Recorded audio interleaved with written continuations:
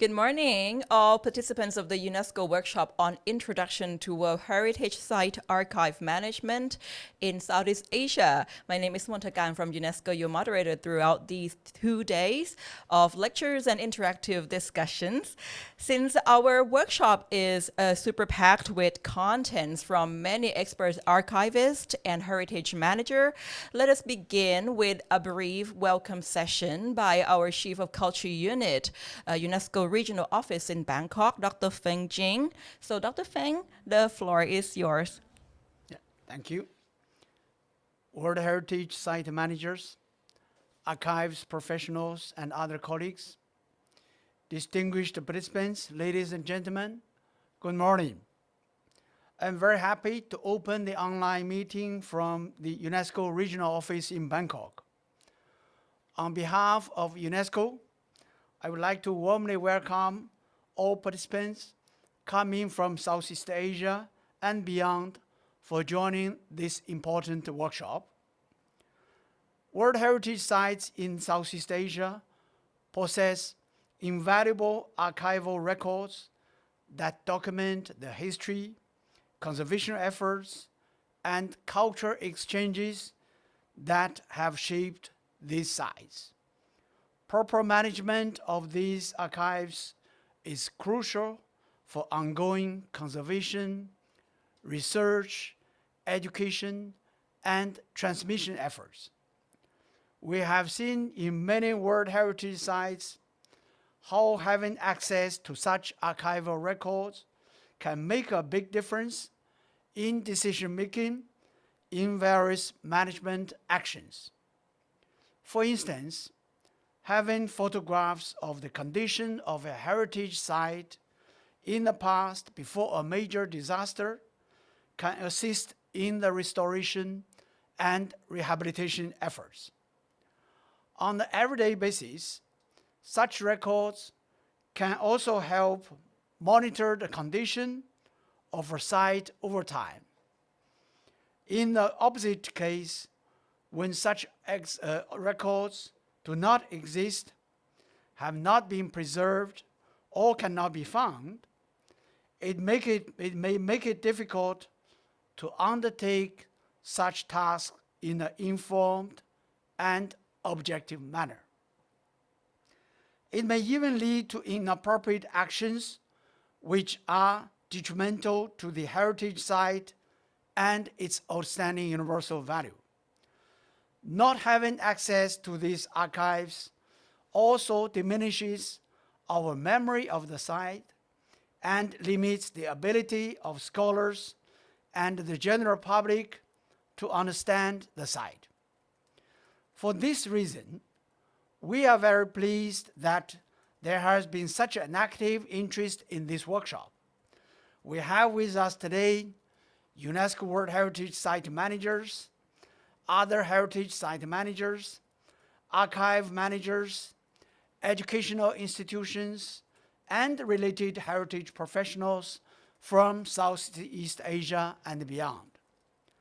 Our training of the next 2 days will showcase the newly developed World Heritage Archives Management Guidelines.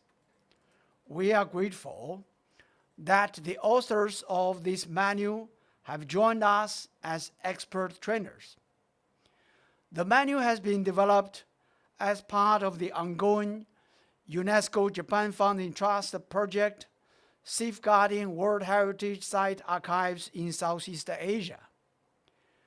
This project aims to improve the protection of documentary archives associated with World Heritage properties in the region, contributing to a more informed approach to World Heritage protection and management. We are piloting the application of this manual in 3 sites: Chok Gargyar in Cambodia, Borobudur Temple Compound in Indonesia, and the Historical City of Ayutthaya in Thailand. However, we expect that this project will be widely applicable to many countries, even around the world. We are grateful to the Japanese Founding Trust for supporting this project, which is the first of this kind in the world. And a special word of thanks goes to my colleagues, Mentira, Montecan, and the lab for organizing this meeting. I trust that after this workshop, you will be able to apply this knowledge in managing the invaluable documentary collections at your institution, and that it will lead to a more effective protection of our shared heritage in the long term for the benefit of future generations. Thank you. Khao Kun Kap. Thank you, Dr. Feng. Dear participants, before we jump right into the first topic of our workshop, I would like to give you an overview of the project and the workshop very quickly again and lead you into the first plenary exercise on Mentimeter for us to get to know each other better. So please use your phone. So we're going to go to the presentation first before we go to the Mentimeter. Okay, can we have the presentation up?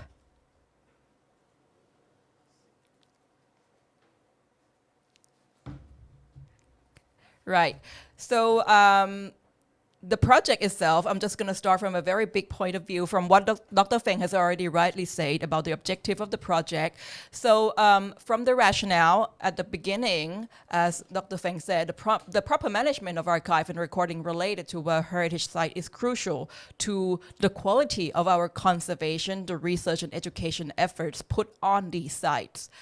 The objective of the project could actually be broken into some very simple visual, like as from the word safeguard, which is the name of the project. The word safeguard means both promoting and protecting the site. Promoting as in building capacity of the site managers, and in protecting is on building the capacity to be able to achieve the archival conservations related to the World Heritage Sites. Then this leads to activities, altogether 5 activities that we're doing under this project, and this training, this sub-regional training, is one of the activities. Our activities from 2020, throughout 2023 and 2024, has included inventorying key records at our 3 pilot sites, which you will hear as case studies today, and assessing the archival significance and management needs, to provide recommendation to improve the archival conservation and management at these pilot sites, supporting the implementation of the recommendation, making everything comes true, basically. And in terms of promoting the capacity, we also organize the sub-regional training on the World Heritage Sites management, archive management, and we develop the World Heritage Archive Management Guidelines, which you will hear in the next presentation. The national agencies contributing to this project includes the Balai Konservasi Borobudur in Indonesia, the Indonesian Heritage Agencies under the Ministry of Culture, Research and Technology, and the National Archive of the Republic of Indonesia, as well as the National Authority of Pravihara in Cambodia, the Department of Research Training and Documentation of Chok Gargyar World Heritage Site in Cambodia, and the Department of Safeguarding Ancient Monument of the Getty Conservation Office, as well as the Fine Arts Department of Thailand. For our training that we are starting today and tomorrow, we're quite this training is all about showcasing what we're doing as the guidelines that you will hear next. We're putting it into a training agenda and delivering it to you today. The training will offer a comprehensive framework for acquiring, organizing, preserving, and utilizing the conservation archive with real case studies from the 3 World Heritage Sites that we have already mentioned. The expected outcome will be that participants will gain, all of you will gain an understanding of the importance of the management of conservation archives at the World Heritage Site. And you will be equipped with practical skills primarily to develop and implement effective archives management policies, and will foster from this occasion, hopefully, the regional collaboration and exchange of best practices in archive management. About you now, so altogether we have 244 selected participants from various countries, both in Southeast Asia and outside. And this spans into diverse professions from archivists, conservator, academics, site managers, and people in city administration and tourism, as well as museum professionals at the various level of professional experiences. Our speaker today, just to run through who you will meet in these 2 days. First is Mr. Andrew Henderson from the Southeast Asia Museum Services, or ZEAMS, and Ms. Karenina Kharyadi from Art and Archaeology Technical Abstracts, or AATA, at the Getty Conservation Institute. Mr. Stefan Eipert from Caravane Earth Foundation, and Mr. Brandon Oswald from Island Culture Archival Support, or ICAS. Then you will have the case study presenters, altogether 3 of them. Mr. Hari Setyawan from Balai Konservasi Borobudur, Indonesia. Ms. Shayada Suwarachupan from the Fine Arts Department, Thailand, and Mr. Thorthon from the National Authority of Pravihir, Cambodia. So altogether 7 speakers for the 2 days. A little run through of the training agenda. Today is actually more packed than tomorrow, so you'll have to work harder today. We're going to have the overview of our newest guidelines, the World Heritage Archive Management Guidelines by Dr. Montira Unagun. Then the introduction to the World Heritage Archives and their importance by Mr. Andrew Henderson. Then 3 case studies from Indonesia, from Borobudur, from Ayutthaya World Heritage Site, and from Chok Gargyar Archaeological Site of ancient Lingapura. Then at the end, today will be closed by the cataloging lecture by Ms. Karenina Kharyadi, how to begin arranging and describing your World Heritage Sites archive. Tomorrow, although it looks light, it is not light at all. We're going to dive into 2 very technical, very serious issues of the conservation, storage, and risk management by Mr. Brandon Oswald, and digital archives management and preservation by Mr. Stefan Eipert. At the end of tomorrow's workshop, we're going to give you, only the people inside the Zoom room will be given the link to access the certificate of completion.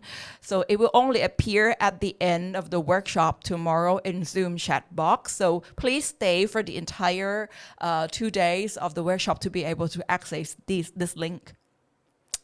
And for your materials at hand, if you use your mobile phone, you can scan the QR code. If you use your laptop, you can type in the above URL, the link tree URL, WH Archives SEA.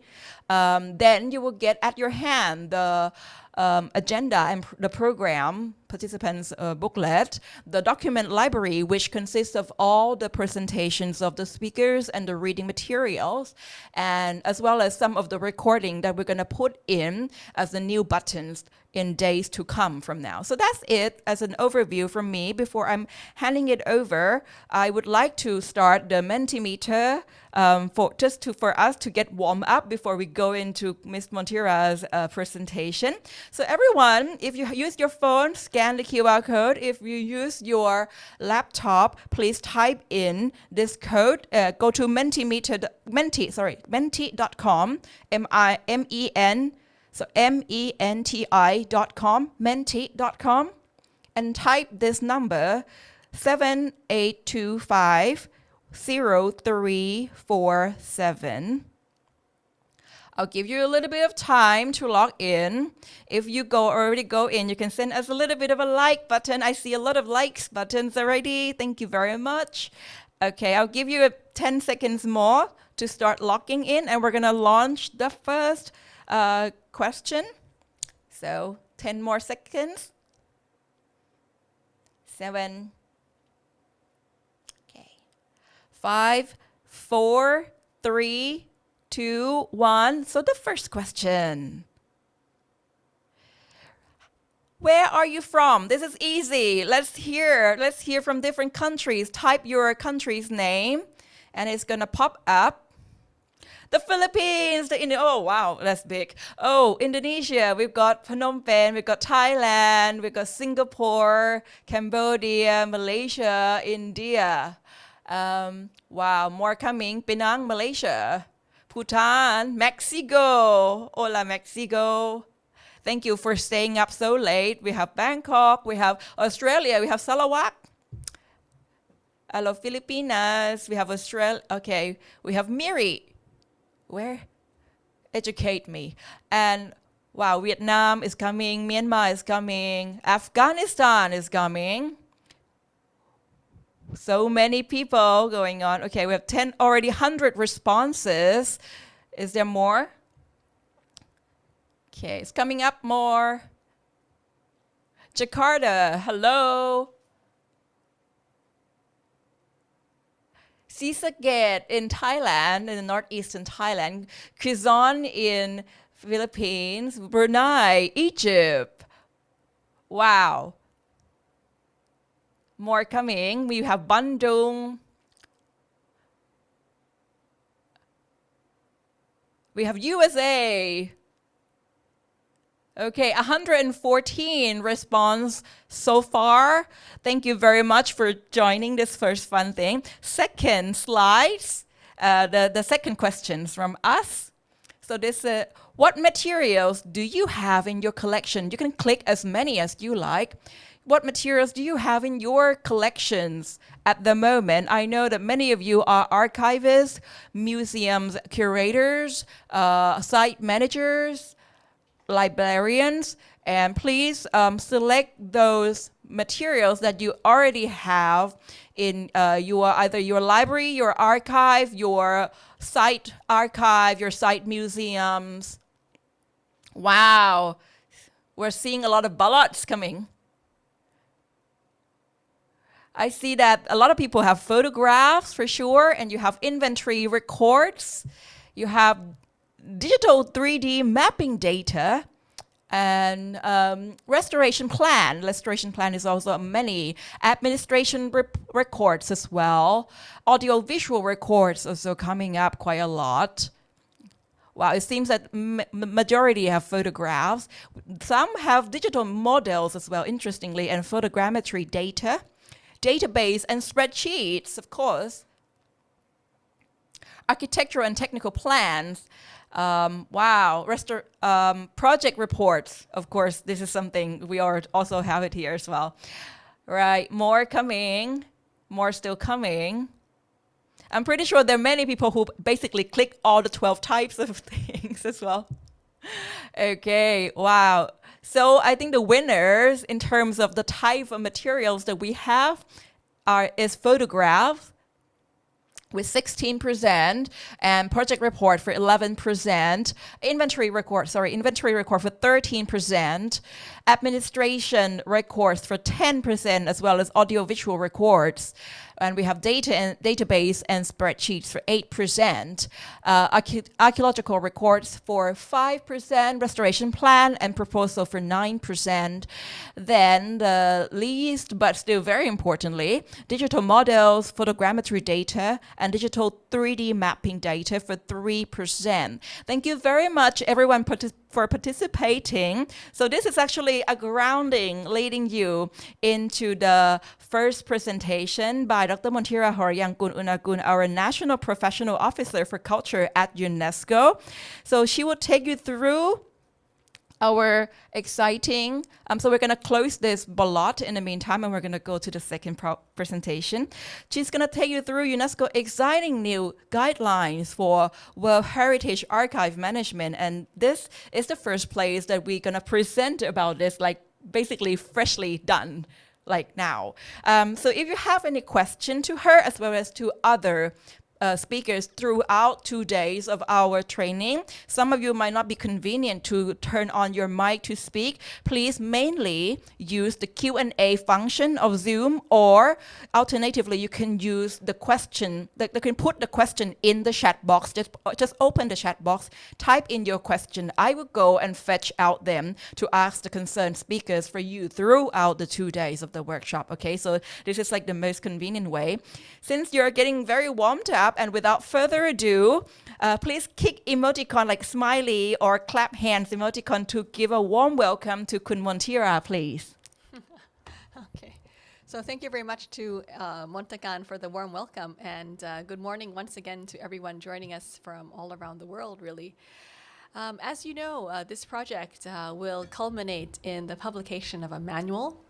The manual will be about how to manage World Heritage archives, which is archives which are kept at World Heritage sites or site management institutions or other related institutions.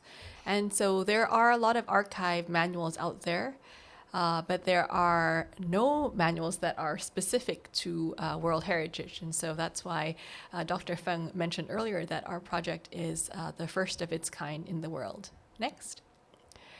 So you will get today a sneak preview of the World Heritage Archives Manual, and we hope that we will get good feedback from you from the course of the workshop and from the evaluation to allow us to finalize the manual in a way that makes it the most practical and applicable to your situations. So as we can see from various World Heritage sites, as well as other types of heritage sites, whether gazetted or not gazetted, whether acknowledged to have national or local or regional importance, we can see that the task of protecting and managing these sites is a long-term and it's an ongoing task. With World Heritage sites, we often say that even though the nomination usually tends to be quite a big effort. In fact, the real work of dealing with a World Heritage site happens the moment the site gets inscribed on the World Heritage list. And that's where the big tasks actually occur. And so here, a photograph from My Son in Vietnam, central Vietnam, where you can see some of the restoration activities that go on at a site.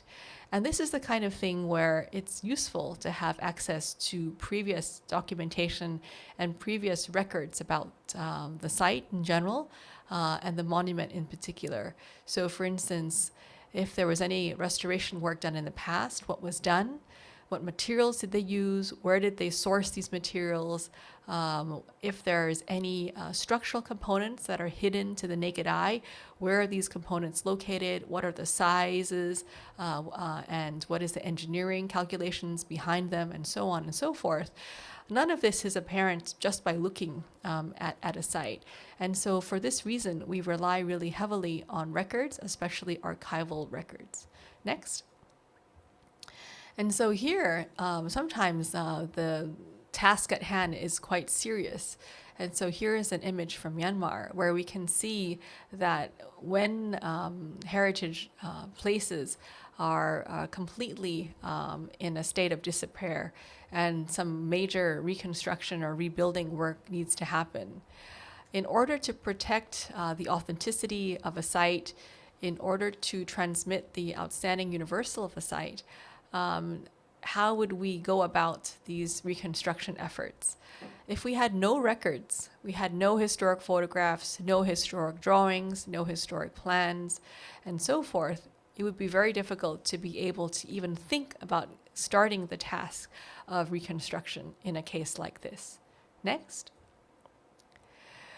For many of the sites in our region, luckily, we do have these records at hand.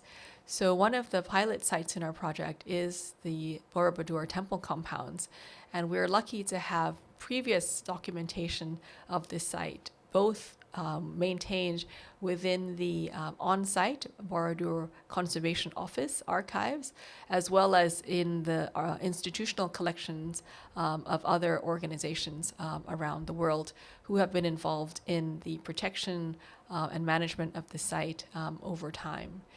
Next.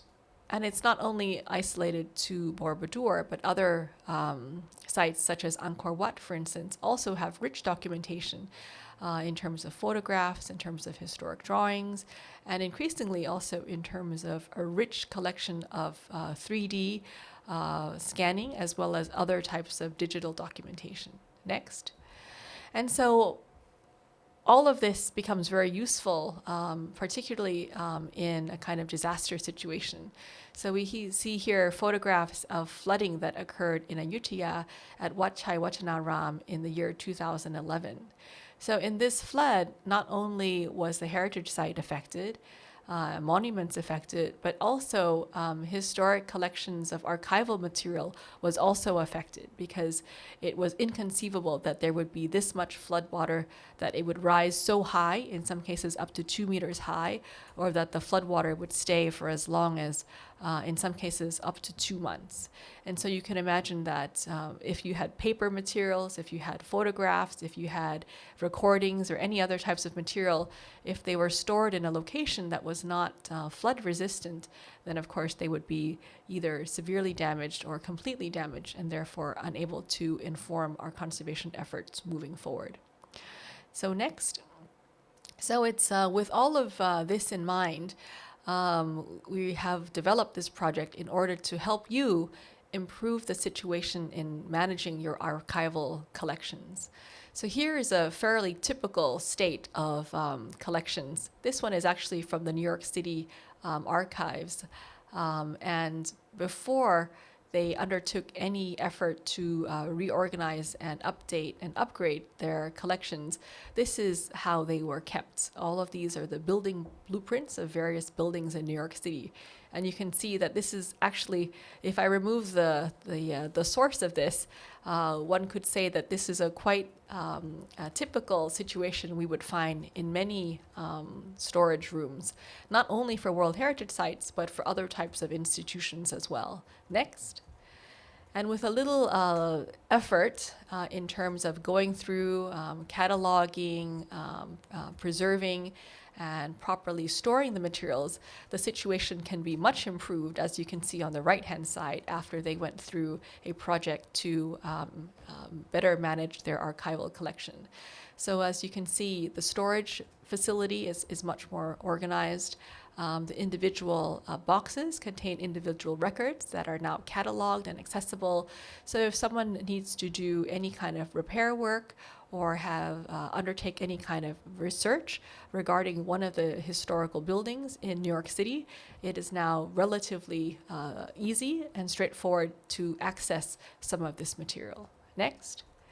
And so we're hoping that this upcoming manual will be your guidelines in moving forward to do this precisely this kind of transformation. And so the guidelines is called Managing World Heritage Conservation Archives in Southeast Asia. But as mentioned earlier by Dr. Feng Jing, in fact, we're quite confident that the material inside will be widely applicable, whether you're in Southeast Asia or in other places in Asia or even in other countries around the world. Next. And so what does this archive manual contain? And so it starts first with a chapter that introduces to what are conservation archives. And then it explains to us how do we go about managing conservation archives. And then it goes into a section about acquiring and organizing the archives. And then chapter 4 takes us through the preservation of these archives, particularly in a tropical environment. And I think we have a lot of challenges here with humidity and the various pests that are typical in a tropical environment. Chapter 5 takes us into the issue of accessing archives. Chapter 6 gives us guidelines about how to preserve archives. Next. And as you can see, chapter 6 is quite long, particularly in terms of digital archives. And then finally, we come to the chapter which is about dealing with disasters. So whether you face a situation like Ayutthaya or other types of risks, how would you be able to disaster-proof your archival collections? And then, as a nod to the starting point of this project, which is here in Southeast Asia, we wanted to be able to share with you some real-life case studies from World Heritage Sites around Southeast Asia and how they are managing their archives and how they are using their archival material to inform the way that they plan and execute conservation, restoration projects, as well as archaeological studies and other types of research at the site. So we have 3 studies coming from Chok Gargyar, from Borobudur, and from Ayutthaya, and these 3 case studies will also be shared during this workshop. Next. So here is a sneak preview at one of the chapters, Chapter 1, an introduction to conservation archives. Next. So you can see that we walk you through what types of materials are in collections next. And it also gives you some guidance in terms of some ways that you can begin to plan the protection and conservation of these archives. Next. And so the 8 chapters in the manual actually are the content of our 2 days of training that will be with us over today as well as tomorrow. And so we'll take you through this material so that you can have a flavor of what the manual will contain. But very importantly, we also would like your inputs and your feedback as our expert authors, who are also our expert trainers, wearing 2 hats, will take you through this material. Please give us your feedback if you would like more detail, less detail, and so forth, so that we may bear this in mind as we finalize the manual. And so with that, we hope that you will enjoy the journey and sneak preview through our manual and associated training. And I turn the floor back to my colleague Montagan. Thank you. Thank you,พี่มนทิรา So for introducing our latest publication to soon be launched, right? It's not yet launched, but we will inform you once it's published. So dear all, before we move on to the next topic, we have another question for you, which I know that we mistakenly opened the next question and some you already answered. So I'm going to catch up with you. The next question on Mentimeter, please bring up your Mentimeter again to answer this rather philosophical question. The question, I'm just going to show you the Mentimeter page first. So for you to be able to, to scan again in case somebody haven't scanned. So we already have like about 42 responses. If you haven't scanned, can we go back to the slides of the QR code again? For somebody who just turned off your mobile phone already, this QR code again, along with the if you're using URL, so this number 78250347. I'm going to start the question page in 5, 4, 3, 2, 1. Let's go. We already have some answer. This is super quick. So how can the archive support the work of conservation at our heritage site, World Heritage Sites to be specific? Some people already answer with a smiley face. And majority talks about the record keeping and reference, supporting the site manager, supporting the research, to supporting the repository of important records, institutional memory, assisting in decision making. This is very interesting. Reference for conservation work, technical assistant on recording orientation. As archive provide historical records, map, photographs, and documents that help understanding the site on original conditions. Correct, very true. Guide restoration efforts and ensuring authenticity in conservation practice. To know the contemporary standards in archiving applied in heritage, record keeping, historical record. Majority is on like record keeping for the sake of practical uses, and in guiding the direction of the conservation work, very true, in supporting the efforts of the providing essential historical, technical, and administrative information. I think Andrew Henderson, who will be speaking next, will not have a lot of the need to reason with you anymore, because all of you realize quite well like the importance of the archive that is supporting the conservation of your heritage sites at the moment.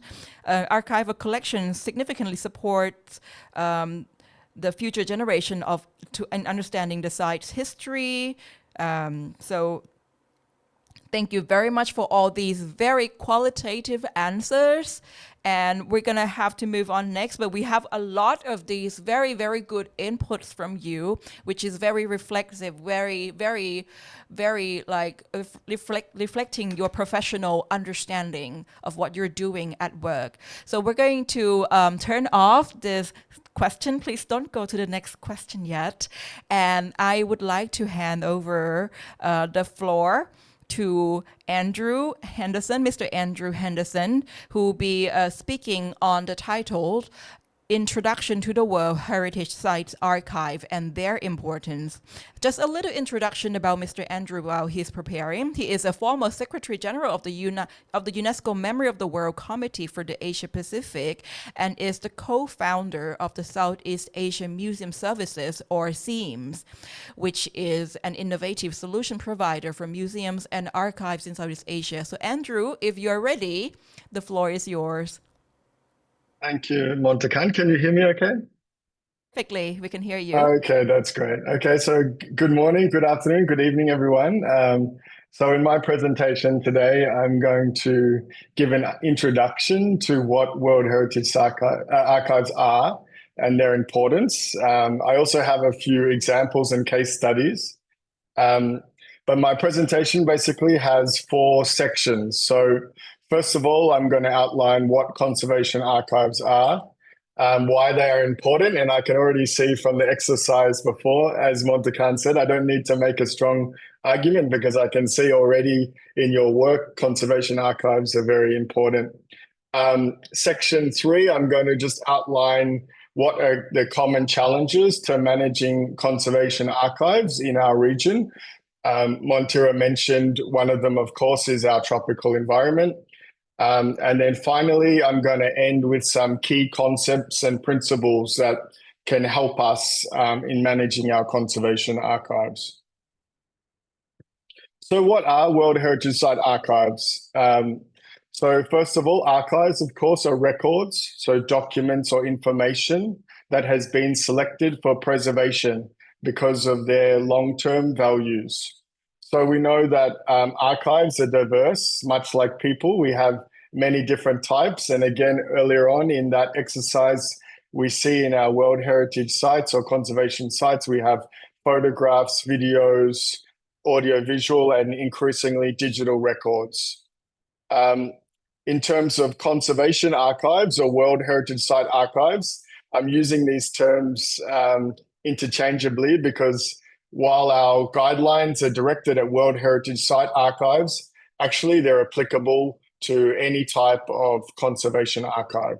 So conservation archives, they can be understood as the records. So again, the information or documents that are created in the process of our conservation of a cultural heritage site and which should be preserved because of their values or significance. So here, I think many of you will know from your work in the conservation field that conservation projects actually generate a large amount of information. So here I have a slide which is taken from the publication Recording, Documentation and Information Management for the Conservation of Heritage Places. But we can see here through the different stages of our conservation projects, different types of information is generated. So it might be an initial survey of the site, photograph survey, it might be sketches, it might be the creation of 3-dimensional objects.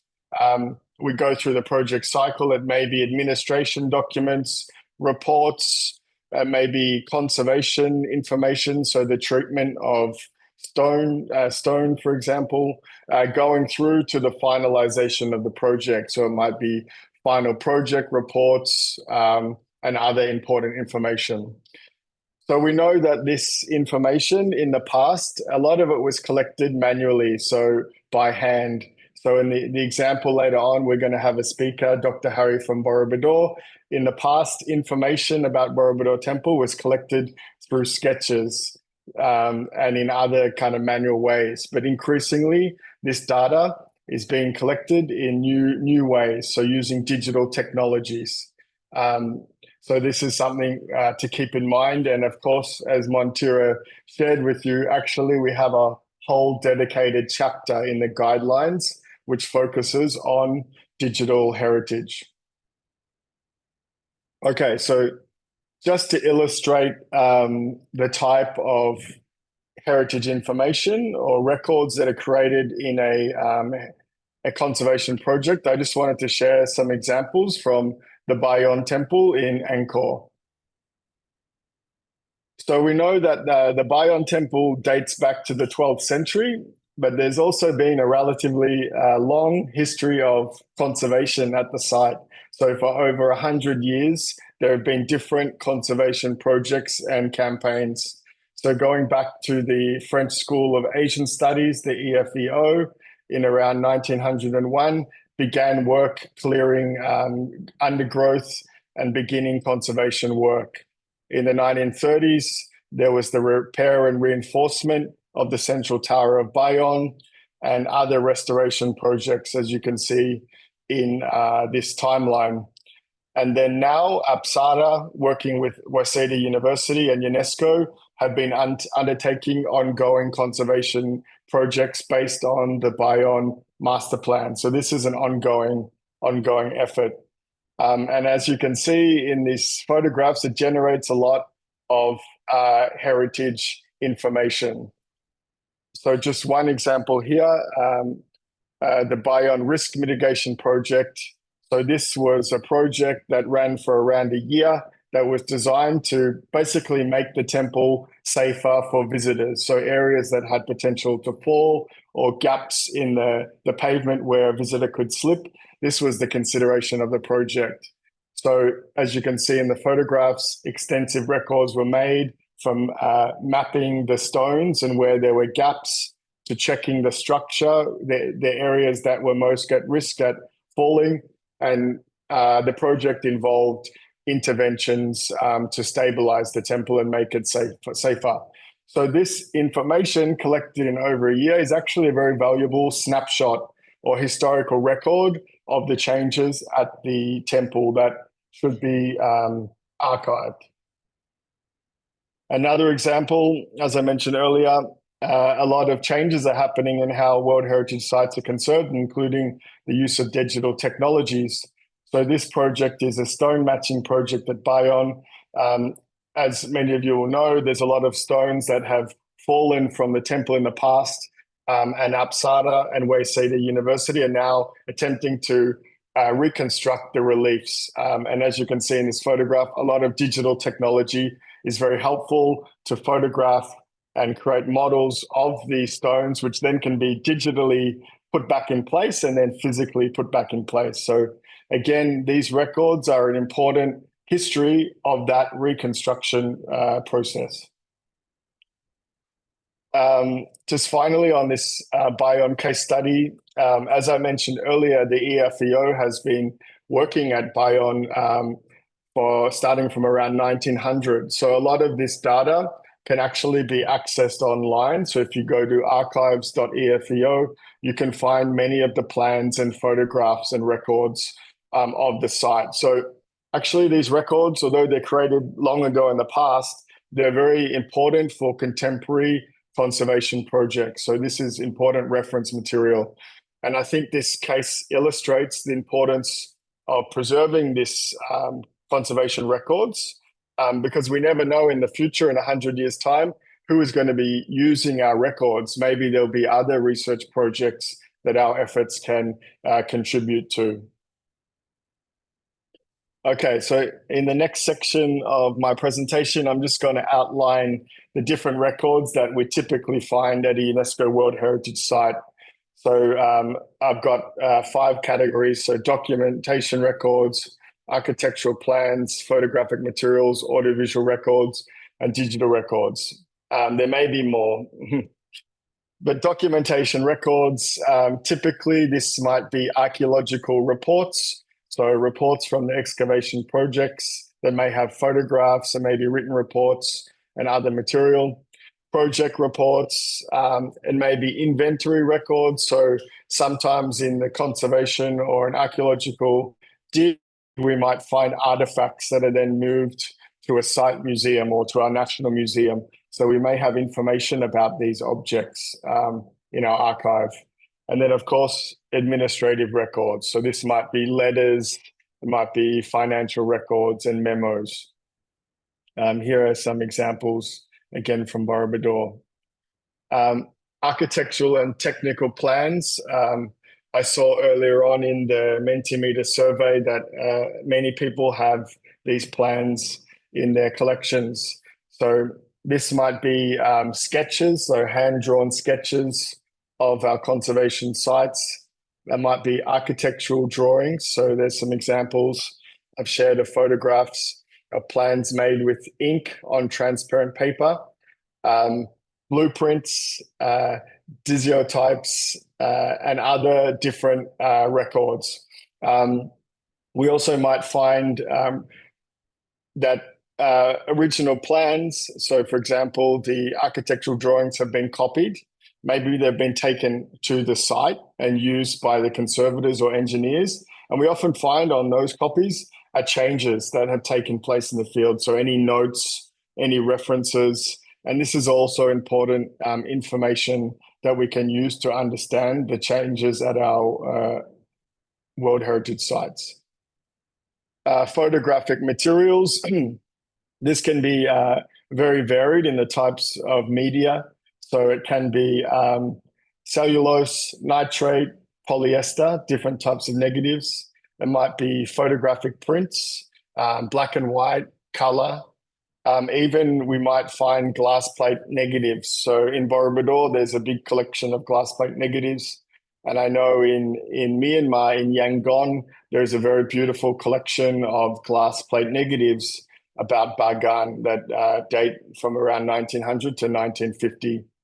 We can also find photo albums. And I think tomorrow, Brandon will talk about conservation or preservation, of these materials in tropical climates. So I think this photographic materials, one of the most challenging aspects of preserving our World Heritage Site archives.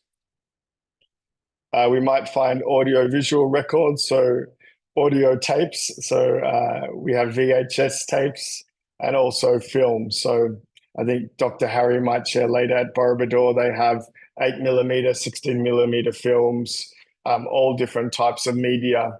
So they also have on these cassette tapes the recordings of all of the meetings about the the conservation of the Borobudur Temple for over 10 years. So they have a lot of these audio-visual records.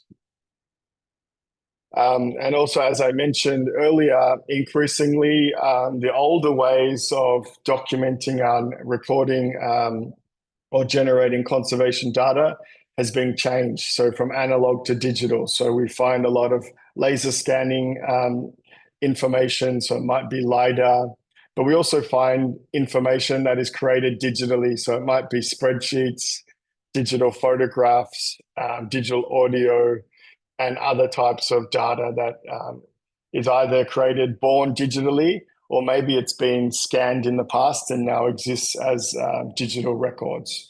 And again, this is a very important topic, so much so that the guidelines have a dedicated chapter to this issue. Here, this illustrates the point, the life cycle of digital data. We know that software and systems can change very rapidly over time. So it may be that the digital data we create now in 5 years' time, we're not sure, can it be accessed? So we have to be mindful of this changes in this data longevity. Okay. So we have all of these types of records, and I know from your survey, the Mentimeter survey, you may have a lot of information. So how to get started? So what I would suggest, so this is a bit of a tip, is to get started with just a basic survey. It doesn't have to be overly complicated, but just begin by trying to identify and quantify what records you have. So the type of records, where they date from, who created the records, what project they were from, the quantity, who's using them, and then try and think about the value of those records. So again, at Borobudur, this was one of the first steps that was done. So Borobudur, of course, is registered. Borobudur Conservation Archives is registered as a memory of under the UNESCO Memory of the World program. But before that process began, what was done was a very large-scale inventory of the collection to understand what is actually in the collection, why it was made, and who made it. Okay, we're on to section 2 now. So why are conservation archives important? So I have some examples here as well, but I'll just read out from the list. Of course, for authenticity and integrity, as Dr. Feng mentioned in his opening remarks, we can use this data to ensure the authenticity and integrity of our World Heritage sites. Number 2, I think this is a very important one. We don't have to redo. If we have the information that has been done in the past, for example, a survey inventory, we don't need to redo it. This happens a lot, that resources are used to redo something that has already been done in the past because that information is not accessible. We can use the data to conserve our site and monitor it over time. So I think Dr. Harry will talk about how that is being done at Borobudur. We can use it for institutional knowledge to understand our institution, for restitution, for disaster recovery, for research, and importantly, for site interpretation and education. So sharing the outstanding universal values of our World Heritage Site with the public through these records. And I think I should say it's not just me saying this. It's actually a very clear recommendation from the Hoi An protocols for best conservation practice in Asia.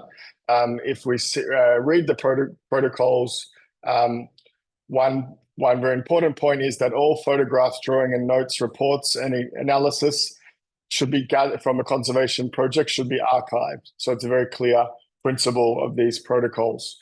And the archive constitutes one of the sources of information on the authenticity of the site, informing conservation work.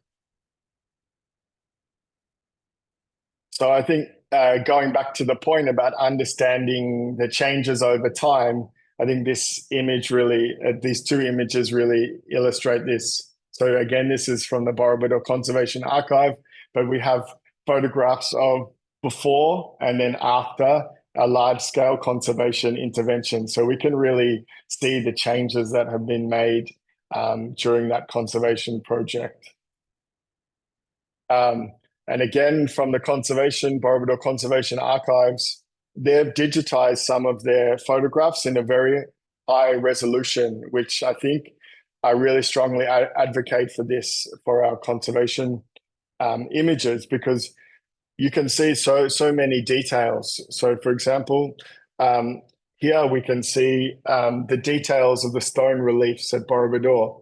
Not only that, we can also see the surrounding landscape of the temple, which has undergone a lot of changes over time. But this is a record of the Borobudur landscape. So there's many different uses for this data. Yeah, Dr. Harry, I think we'll talk about this. This is the monitoring of the stone temple over time. So from different periods, we can see the changes that have taken place. And I think this is a very interesting one for me. We can understand the provenance of movable cultural heritage. So when we have our archaeological digs or projects around historic temples, quite often we find artifacts. So in Bayonne, I think there's many beautiful examples of statues that have been found in and outside the temple. In Borobudur, these are some amazingly preserved storage jugs that were found during that restoration project in the area surrounding the temple, and they're now at the site museum. But to understand the provenance or provenience of this collection, we really need this archival record. And again, colleagues at the Khokher World Heritage Site in Cambodia are actually using historical records to understand the location of where statues are from, where they were taken from, in terms of understanding this restitution process and potentially where the statues could come back to. Exhibitions, so this data can be used to create exhibitions about the World Heritage Sites. Borobudur has a restoration studio which talks about the history of the restoration of the site using the archival material. As Montira mentioned, these records are often very important for disaster recovery. So after the 2016 earthquake in Bagan in Myanmar, this historical archives, photographs, and inventories were used as part of the restoration process to make sure that the authenticity of the World Heritage Site was protected. Just finally on this section, I really like this slide. This is the institutional memory.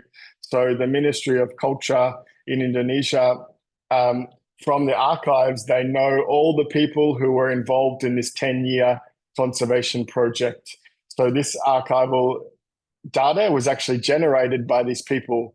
But now when you go to Borobudur, you can find a monument with the names of all of the people who were involved in this monumental project. Montacana, let me know if I'm running out of time. Yeah. No, you're still doing fine with time. Keep going. Okay. So I'll keep going. So I've got 2 more sections to go. So what are the challenges that we find in managing conservation archives? And some of them, I think that it's not just for Southeast Asia, but across the world, actually. So the typical challenges that we find is data fragmentation, issues around the reliability of the data. As I mentioned before, the longevity of the data, including this digital data, the lack of access to these collections, so access in terms of the site managers, but also the researchers, the lack of funding, and then the lack of adequate human resources. So when I talk about fragmentation, we know that in a conservation project at a World Heritage Site, typically there might be different teams operating at the site. There might be a university, there might be the site management office, there may be international experts. And often what happens is the data created at a project is not stored in one common place, but taken back. So taken back by the individual experts, taken back by the university, or kept within different departments of a Ministry of Culture, for example. And as I mentioned before, what happens, one result of that is that we often don't know what has been done before in the past, and we can end up redoing a project over and over again when the information, this very important information, is already there, but it's just fragmented. Reliability. So as I mentioned earlier, we have so many new digital technologies. So we can take a series of photographs with our phone in high resolution, but the follow-up from that data reliability of when was this digital data made, how is the metadata described, who made this data and why, often that is missing. So we have a lack of reliability about that data. So without that, it's difficult for us to rely on it. We don't know the provenance. Can we be sure that this data really is what it is when we want to use it? Again, this is the slide I mentioned previously. So data longevity, including digital data. And I think Stefan tomorrow will also talk about digital preservation.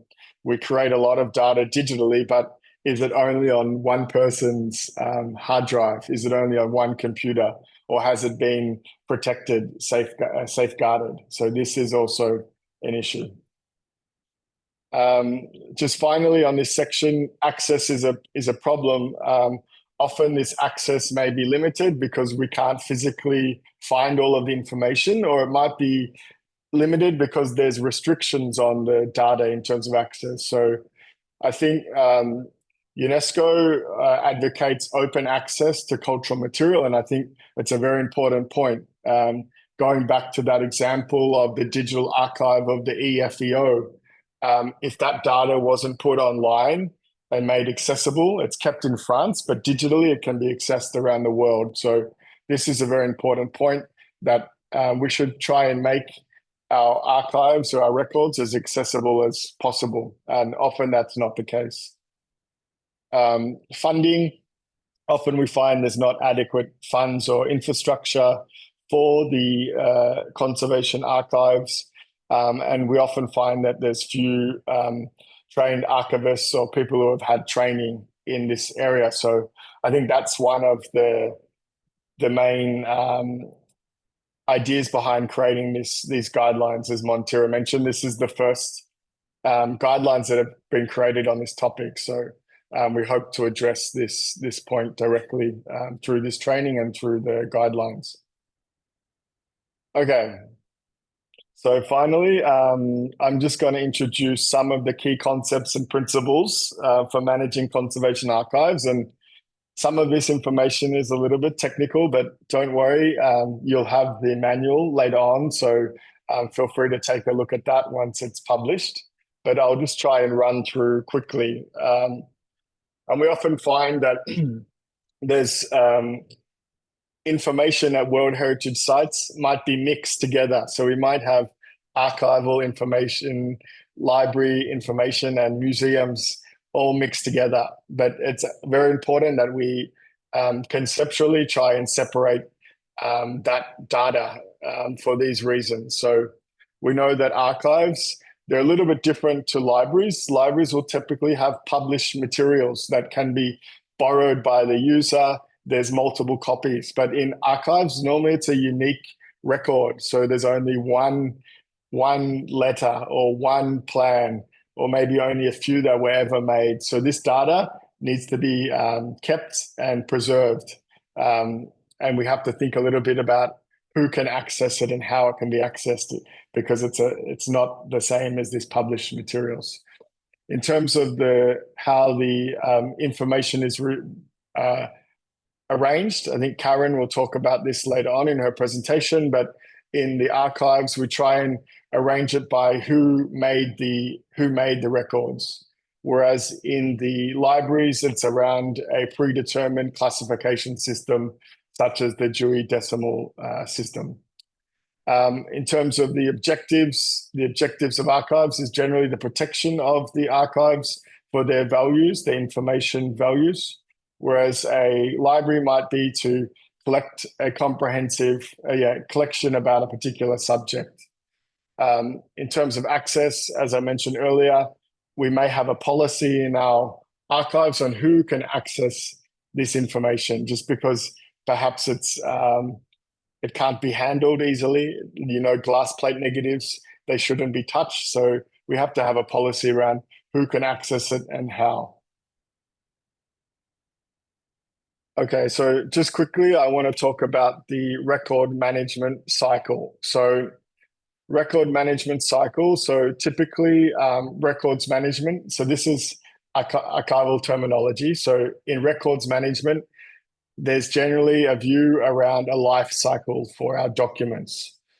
So a progression through different stages. So through the creation of the record. So this might be the survey, for example, a project to document a site.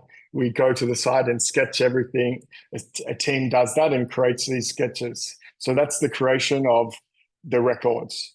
So the next stage, they might be used. So imagine we have a project for 2 years and we're going back to check the sketches over time just to make sure that we're using the information. So in the step 3, maybe the project finished or it's about to finish. We no longer need the records. So they're kept in a storage area in our office. Okay, just imagine that. But then there comes a time when we have to decide, do these records have values about our World Heritage Site? Does it have information that we need to keep for the future? Or is it information, for example, it might be just the receipts from a lunch, a receipts from a lunch that was part of the project, or some other record that might not be as important. So we can't keep everything. So we have to decide, what is it that we really want to keep? What is it that we want to archive and preserve for the future? So there will be a section in the guidelines about how we make that decision about what to keep and what not to keep. So finally, for the information that we decide we want to keep, this should go into our archives and be preserved and made accessible. So just generally, that is the cycle. Okay, so in terms of the principles, I just want to share with you today, not too many, just two principles.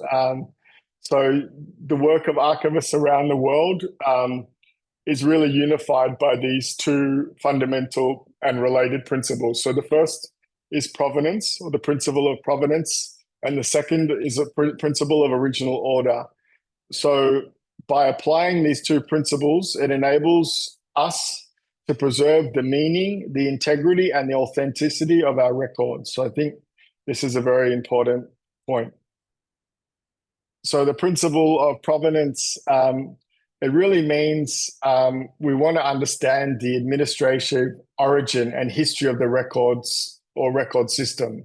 So we want to know who created the records, why they were created, when they were created. So all of these details are important. So in our conservation project, in the example from Bagan, I mentioned many records were created during the French colonial period by the EFEO. So we need to know who created those records, what they were doing, why they were created. So that information, we can understand the provenance of the records, where they came from. So one thing we should avoid to do is to mix all of these different records together. So from different creators, we shouldn't mix the records that in Bayon, again, from the EFEO, the records created in the 1930s to the records created by Apsara in the 1990s. They're very different in terms of the context and why they were created. So if we were to rearrange them and put them together, that would be not following this principle of provenance. So here is an example. So this is the Borobudur Conservation Project that went for 10 years. And then this is the organizational structure of the project. So it was a very complicated project. Hundreds of people were working on it. And the project was divided into different teams. So here, for example, there was an archaeological team responsible for excavation, responsible for reconstruction, responsible for preservation. There was a separate documentation team that were responsible for measured drawings, for the photogrammetry. There was another team that was just focusing on chemical analysis, so laboratory testing, microbiology, and other information. All of these sectors had their own way of creating the records and making them. So we have to understand what each of those units were doing. So why were they doing that survey? Why were they making these records? So that administrative context is actually the provenance. So without that information, it's very hard for us to understand why the records are important. Here's just an example, again, from the Borobudur Conservation Office, the photogrammetry team up on the Borobudur Temple, generating data, which is now in the archive. So finally, the principle of original order. So we should always try and maintain the records in the order in which they were created, received, or used. So when we're looking at our World Heritage Site archives, we should try and find the information of how they were arranged. So maybe you'll often find in the plans, many of you have these architectural plans, they're normally numbered in a series. So we can try and arrange those information according to the series of how they were created in the first place. So the idea is to create the relationship, preserve the relationship between the records. So we shouldn't just suddenly take out, for example, in Bayon, some information was created by the EFEO using a numbering system. Some was created by Apsara in the 1990s.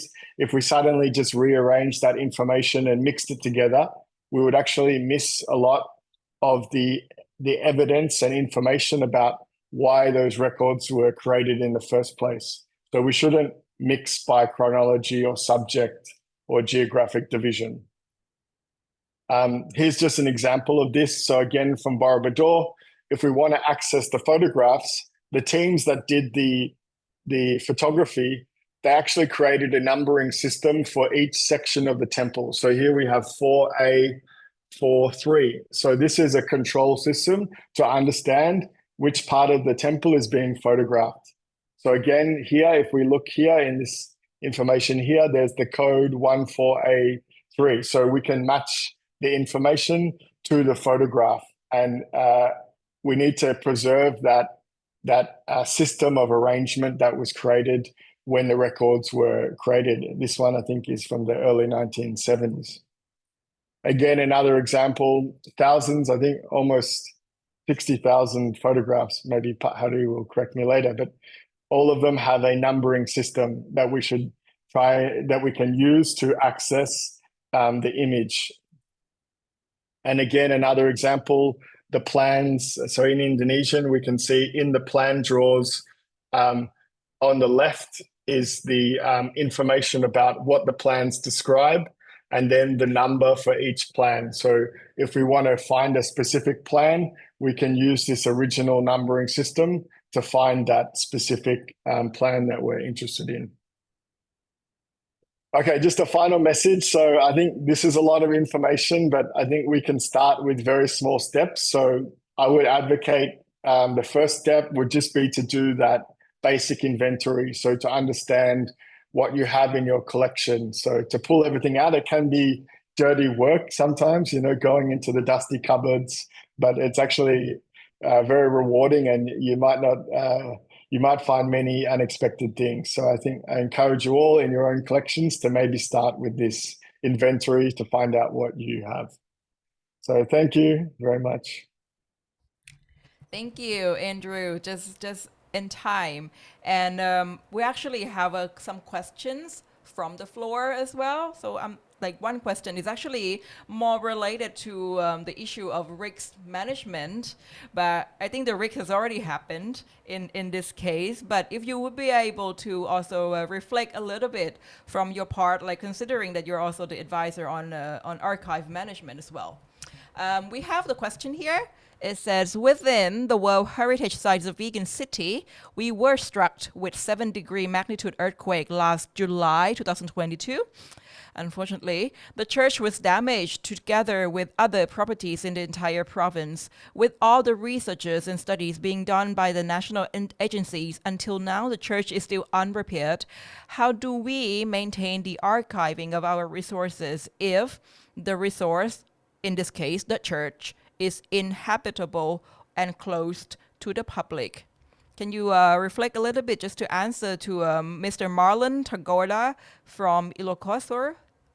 Yeah, I think it's good question. So I think going back to my point, in that case, for Vika, and one of the first steps I would recommend doing is just to find out what records you have, where they're located. So they don't have to be located in the church. They might be able to be located in another safe place, So to identify an area where the records can be kept. And then what I would recommend doing is to do similar to what I did in that timeline in Bayonne, just to find out the history of the conservation of Vigan. I know it's been going for many years, and there's probably several large projects. So to find out, maybe in the 2000s, for example, there was a large project, find out who was doing the project, what records they were made, and then where those records are kept. And then just keep doing that, this history of conservation, and then what were the conservation campaigns, what were the records generated, where are they, and who made them. So that kind of simple report can be a good place to start to find out what you have and where it's located. I would suggest starting there. Yeah. Thank you. We have another questions in the chat box by Mr. or Mrs. Sayompu Ross. In your opinion, how do we deal with the issues of different archaeological data provided by different digital machines? I think by means of scanning in the completely different ranges of resolution as well. Yeah, it's a good question. Maybe I won't go too much into detail on this, because I think tomorrow Stefan has a whole presentation specifically on this issue, right? So I would say maybe look out for Stefan's presentation tomorrow. But I agree, it's a complicated and challenging issue. And then again, I think that's why we wanted to have Stefan's expertise and a dedicated chapter to deal specifically with this issue. So stay tuned tomorrow. Yeah. Thank you. Yes, stay tuned for Stefan's iPad presentation tomorrow, which will talk specifically on this issue. So thank you, Andrew. Dear participants, if you have any questions, it's either going to be the questions relevant to our today's speakers or tomorrow's. We're going to save it as well, and we're going to mention it throughout. So please don't be shy. Please just put in either on the chat box or in the Q&A functions. We're going to grab it and put it on for you. And so I will. So what Andrew Henderson just presented can be visualized even further from his very good examples in the presentation with our 3 case studies that we prepared for you today. Our first case studies come from Indonesia. As Andrew has mentioned him several times in his presentation, Dr. Hari Setiawan, with his presentation titled Using Archival Materials to Monitor Stone Reliefs Condition at Borobudur Temple Compounds World Heritage Site. Dr. Hari Setiawan is the Heritage Preservation Staff of Balai Konservasi Borobudur. So dear everyone, please now give a hand clap icon to welcome Dr. Setiawan, please. Dr. Hari, please take the floor. Thank you very much. Thank you, moderator. Thank you for facilitating my presentation. Excellency, Head of Cultural Unit. If you can speak louder, please, and mic closer. Thank you. Can you hear me? Okay. Yes, better. Thank you. Okay. Thank you very much. Good morning. Assalamualaikum. Excellency, Head Cultural Unit UNESCO. Excellency, the Site Manager, Distinguished Guest Expert, Conservation Expert, and thank you for the time given to made presentation from the Borobudur. The title is Case Study of Borobudur Temple Compound. I think not only the condition relief, but how we are monitor the condition, the state of conservation, the state of preservation of the Borobudur Temple Compound. Not only the site, but also the structure of the Borobudur Temple using archive that we are kept in our archival room in our office. Next.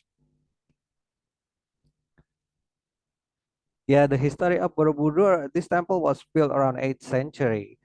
Then by the ancient inscription data, we know that the Maharaja who built the Borobudur temple is the Maharaja Samaratungga from the Sailendra dynasty. And this temple was built for approximately 60 year construction, and it is left by the civilization around 929 after Christ because of the catastrophic eruption and the tectonical quake around the Borobudur area between 9th century until 10th century. And then this temple, this construction of the temple in the 10th century after catastrophic eruption of the volcanic mountain surrounding the Borobudur, is the stone block is become scattered and it's become the ruin. That's why the civilization are moving from the Central Java now in Borobudur and moving to the East Java. Next, please. This is the story of the preservation of Borobudur temple. In this picture, we already know that for the archival data, from this picture, we know the conservation and preservation effort, not only by the Dutch government, but Borobudur is firstly rediscovered by the British Lieutenant General, which is the name is Thomas Raffles in 1814. It was rediscovered, and then it was documented, but documentation from the Dutch government between 1849, and then the first restoration of this temple, according to the data, according to the picture, is 1907 until 1911. And then the second restoration of the Borobudur is conducted in the 1973 until 1983. 1990 is the inscription of the Borobudur in the UNESCO World Heritage List. Next, please. And then this is the first restoration from the document, from the picture made by the Dutch government between 1907 until 1911. We are now that the condition of restoration of Borobudur, as you see in the picture, in the right picture, it is Mr. Theodore van Arab, the expert who lead the first restoration of Borobudur. And then this is the condition from the Dutch colonial data from the picture of the Borobudur before the first restoration. Next, please.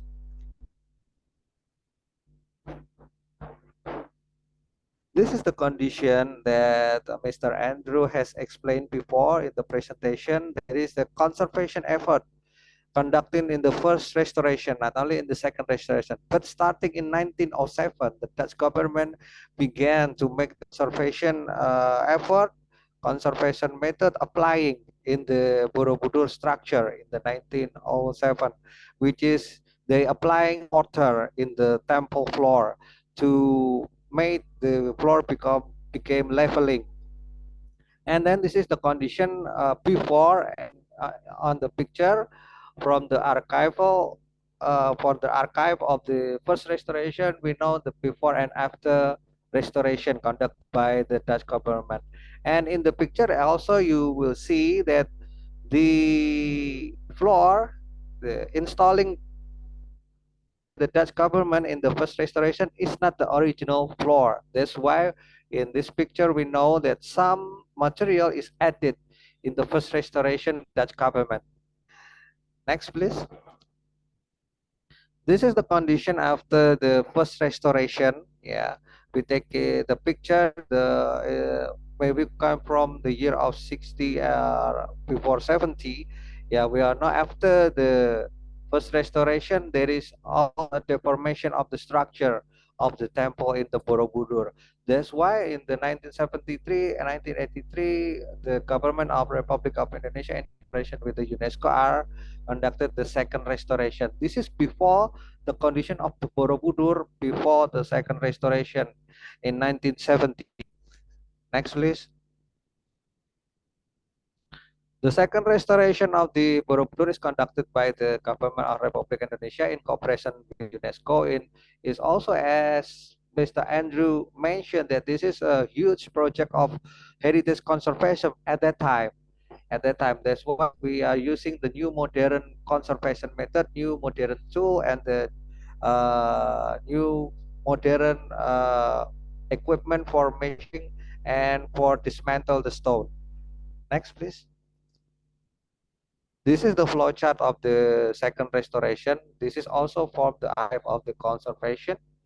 The archive of the archive from the conservation. Yeah, there is the flow chart of the stone treatment after dismantle the stone with treatment, with the cleaning, drying, and then also the restoring, and also finishing, and then put back to the and then reassemble again in the structure. Next, please. This is the picture from the second restoration.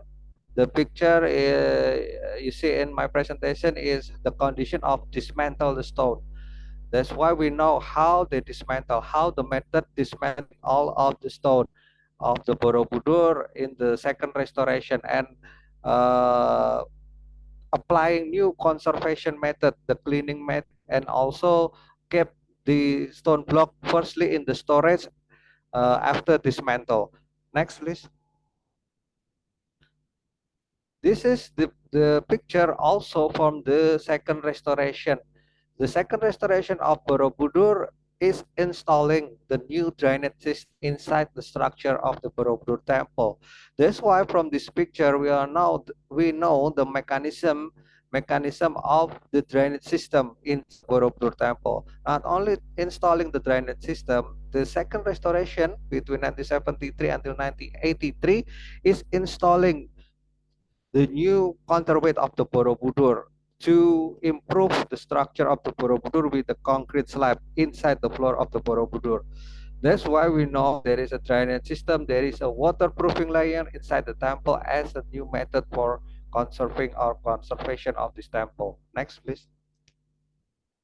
This is the installation of concrete slab as you see in the picture from the second restoration. From the conservation archive, we know that there is a new structure inside the Borobudur, the reinforced structure made by the with using the mortar, the cement mortar, and the iron, with the iron combining with the waterproofing layer to improve the structure of the Borobudur temple. Next, please. This is the Borobudur Temple compound, which inscribed in the World Heritage. So after second restoration in the year of 1991, Borobudur is inscribed in the World Heritage list with the three criteria. Criteria number 2, criteria number 1, number 2, and number 6. Next, please. This is the criteria or the OUV, the outstanding universal value of Borobudur, which is criteria 1, 2, and 6. The criteria number 1 is in correlation with the architectural. Criteria number 2 also the architectural and the revival of the architectural between 13th and 16th century. And then the last criteria number 6, is in correlation with the religious practices in the Borobudur as a ritual monument for Buddhism. Next, please. This is the Borobudur Temple Compound World Heritage, which is considered to be the temple, which is we call it the Borobudur Temple Compound. This World Heritage is considered consisting of 3 temples and the area surrounding the Borobudur temple, Pawan Temple, Mandu Temple, which is in the straight imaginary line. Next, please. This is criteria number 1. It's in correlation with the architectural, and from the picture we know that the interlocking system, the dry interlocking system, not using cement or mortar. Next, please. Criteria the next, the architecture of Borobudur. We know the architecture of Borobudur is unique, and it is a form of step pyramid using interlocking system, and then there is a square plan using Vajradhatu and Garbhadhatu mandala diagram, and also all of the relief, ornamental relief or narrative relief in the Borobudur. This is the architecture of Borobudur. Next, please. This is also the criteria number 2, which I tell you before. Maybe next, please. Criteria number 6 is in correlation with the religious practices of Borobudur. That annually there is 3 until not 3 annual religious practices: the Vesak, the Asada, and also the Kakyo Momla. Next, please. This is the preservation policy we are formulating now. We have formulating the new management plan of Borobudur and also the RMP, and also we are conducting the research for the new conservation substance, which is we are using the traditional method for conserving the time. Next, please. And then this is the as Mr. Andre mentioned before, that we have the of the world, which is the Borobudur Conservation Archive. Yeah, in 2017, it is considered to be about 71,851 sheets of photo, and then more than 6,000 sheets of as-built drawing, more than 7,000 plate of negative glasses, as Mr. Andrew mentioned before, and also we have the celluloid film from the second restoration, and there's also we have 425 number of project document. Next, please. This is the use of the conservation archive in Borobudur, which is firstly heritage conservation research, because we have to know the detail about the material, the detail about the structure from the conservation conservation archive. And then the second be the monitoring of World Heritage property, and then the documentation and publication, and then also in correlation with the institutional partnership. This conservation archive is very meaningful for the preservation of World Heritage, not only for the structure, but also for the area in surrounding the Borobudur. Next, please. This is also the laboratory equipment we have in our office, the Borobudur Conservation Office, which also we have supporting for the archive, conservation archive, that we know the method of conservation, as Mr. Andre said. Yeah, in the 73 until 83, the second restoration is using conservation method and the conservation tool. That's why with the new tool, the new equipment or laboratory equipment, we have to know the detail of the first method and then developing the new method for conservation in our laboratory. Next, please. This is the restoration of Borobudur Temple according to our national law, which is considered to be the protection, development, and utilization. Next, please.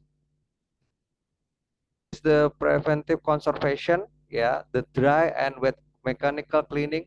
This is also important to us to know the mechanical cleaning in the second restoration also, that we have formulated the new mechanical cleaning method in the temple using the method of detail or detail from the second restoration. Next, please. This is how we handling on seepage water. If there is the seepage water in the wall of the Borobudur Temple, which is make the relief, which is in danger the relief of the Borobudur Temple compound, we have to study first about what section which has seepage water. That's why we have to look at first the conservation archive between 1973 until 1983. What are the reinforcement structure inside the temple, so that we know the location of the seepage water, and we have to develop the new method for handling this seepage water with using the conservation archive. Next. This also we have before COVID-19.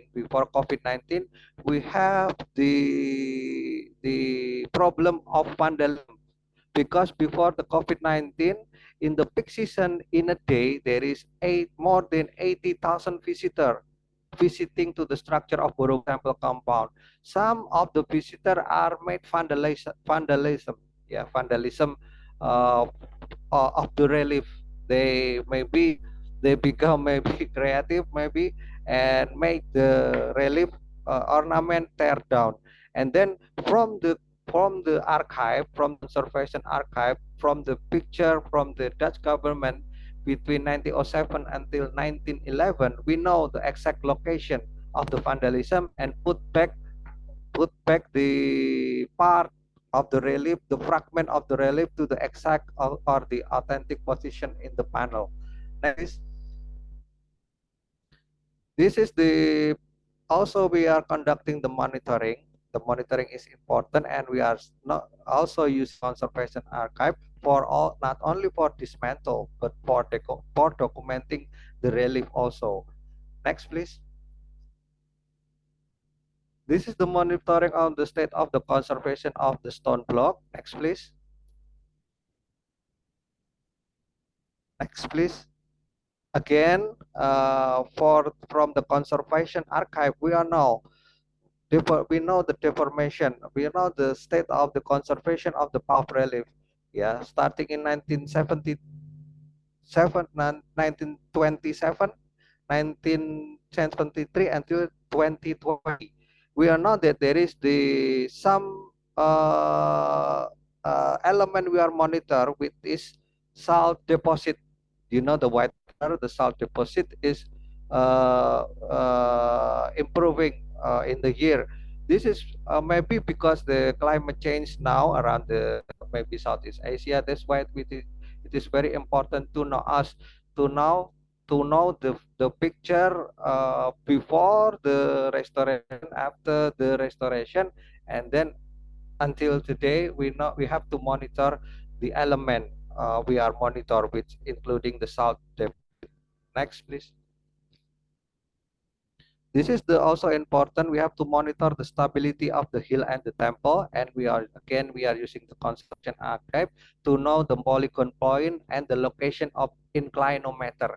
This is very important to monitor the stability of the temple. Next, please. Yeah, this is the structural deformation. We are now from the conservation archive. Next, please. That's why we have to monitor. And then this is also the technical condition of the north side wall, which is we are already has mentioned by Mr. Andrew. Next, please. This is the installation of drainage system. I have already explained before. Previous slide. Next, please.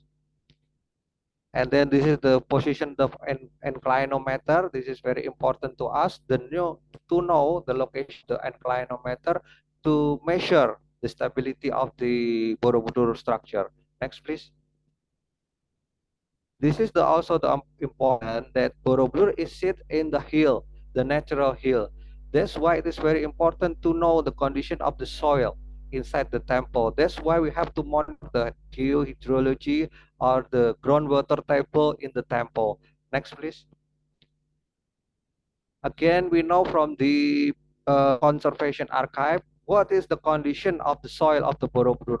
What is the number of the soil layer or natural soil layer in the Borobudur. We are now we have to monitor the hydrology because the Borobudur is prone for the deformation of the soil inside the temple. Next, please.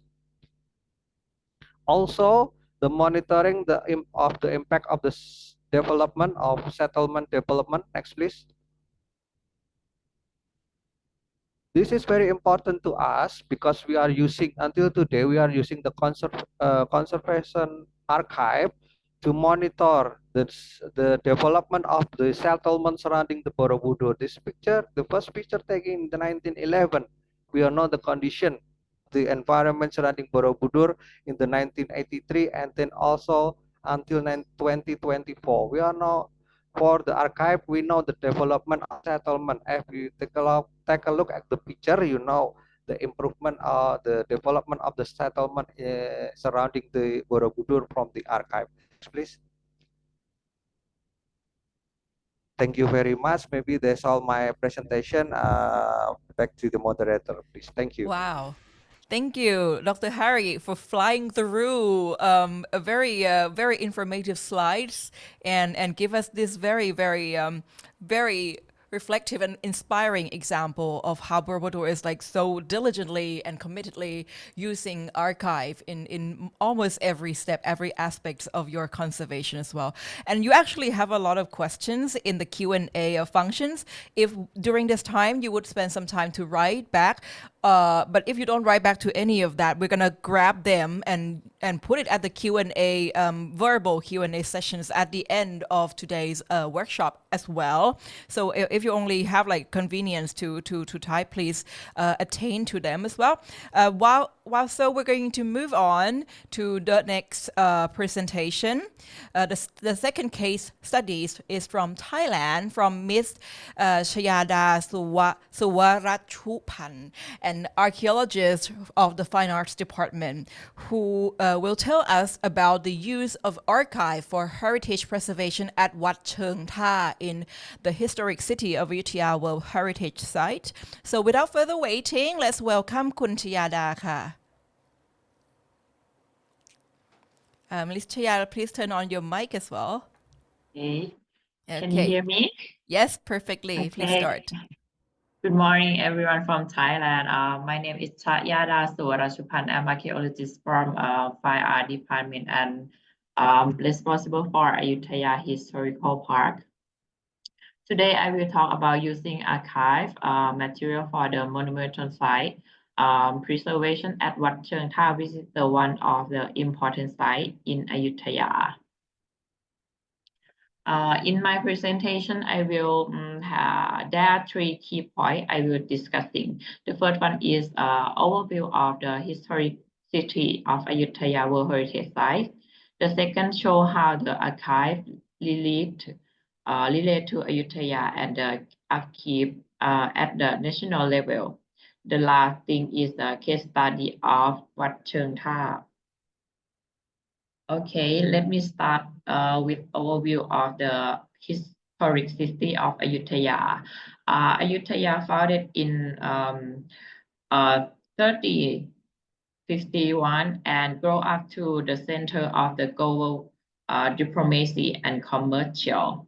In 1991, Ayutthaya was inscribed into World Heritage Site under the criteria 3. The most important OUV is unique remain with show characteristic, especially the pattern of the Lingapura travel that we call Plang. Okay. Nowadays, since 2016, Ayutthaya ongoing concern in state of conservation, and we aim to have a master plan myself with have help us to conserve and preserve our property. Okay, I will show how the archive relate to our work. In Thai context, documents still in use for the conservation at the site and stored contemporary at our office. Nowadays, we not yet call the document as a archive, but we call the record.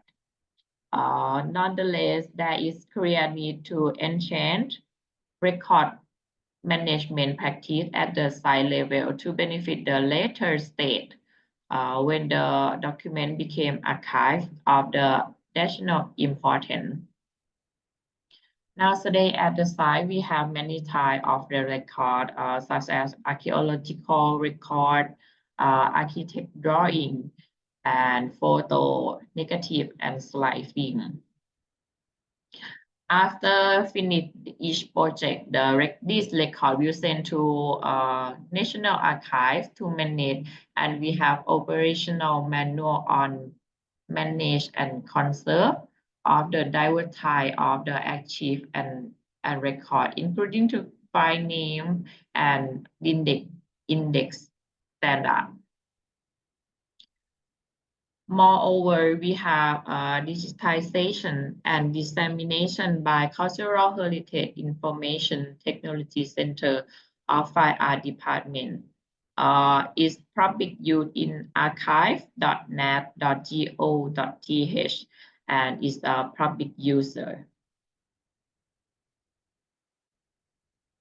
Also, there are the database with containing of archaeological report, conservation and restoration plan. In this part, this database is only accessible by Fine Art Department office.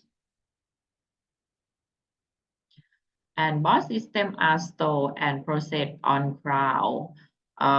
We have designed this system to access light to different types of information, including there is a DR site and backup system.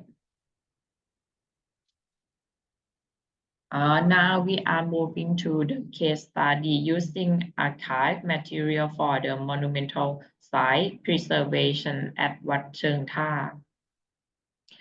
Wat Cheung Tha was established in Ayutthaya period, located in opposite Royal Palace is here and Wat Cheung Tha is here. The name of the temple is mean by pier or waterfront.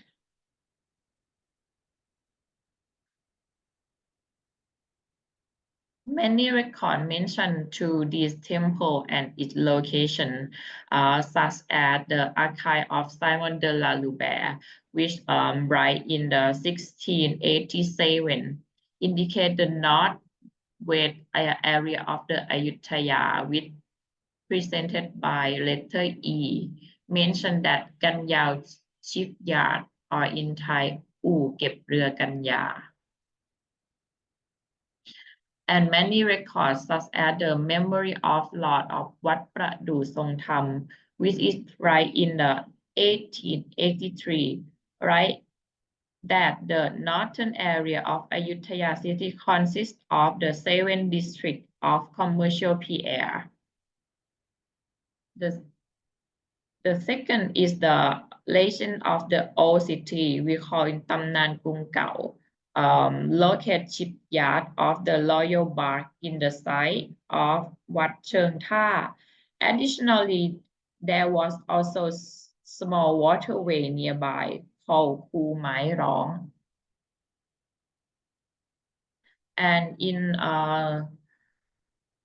1929, Ayutthaya mapping indicate 4 food market around the city, including one called Khu Mai Rong Market, which is the biggest one food market. And Kun Kong Gao Veerapacha, who is the expert who translate in inscription, research about this temple, mention many names of this temple like Wat Ko Sawat, Wat Tin, Wat Krang, and Wat Cheung Tha, which is mean PR or waterfront.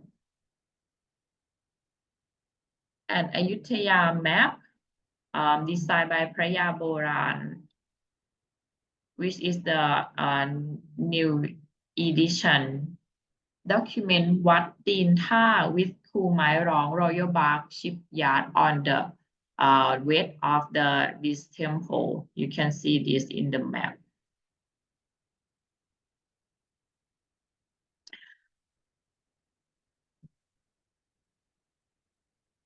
So many record is lead up to excavation before the major construction. All these records lead us to excavation before the major construction, because this restoration imply to Wat Cheung Tha is the center point of an important communication in Ayutthaya period. It located opposite the palace and housing a large floating market and the shipyard for the royal bark.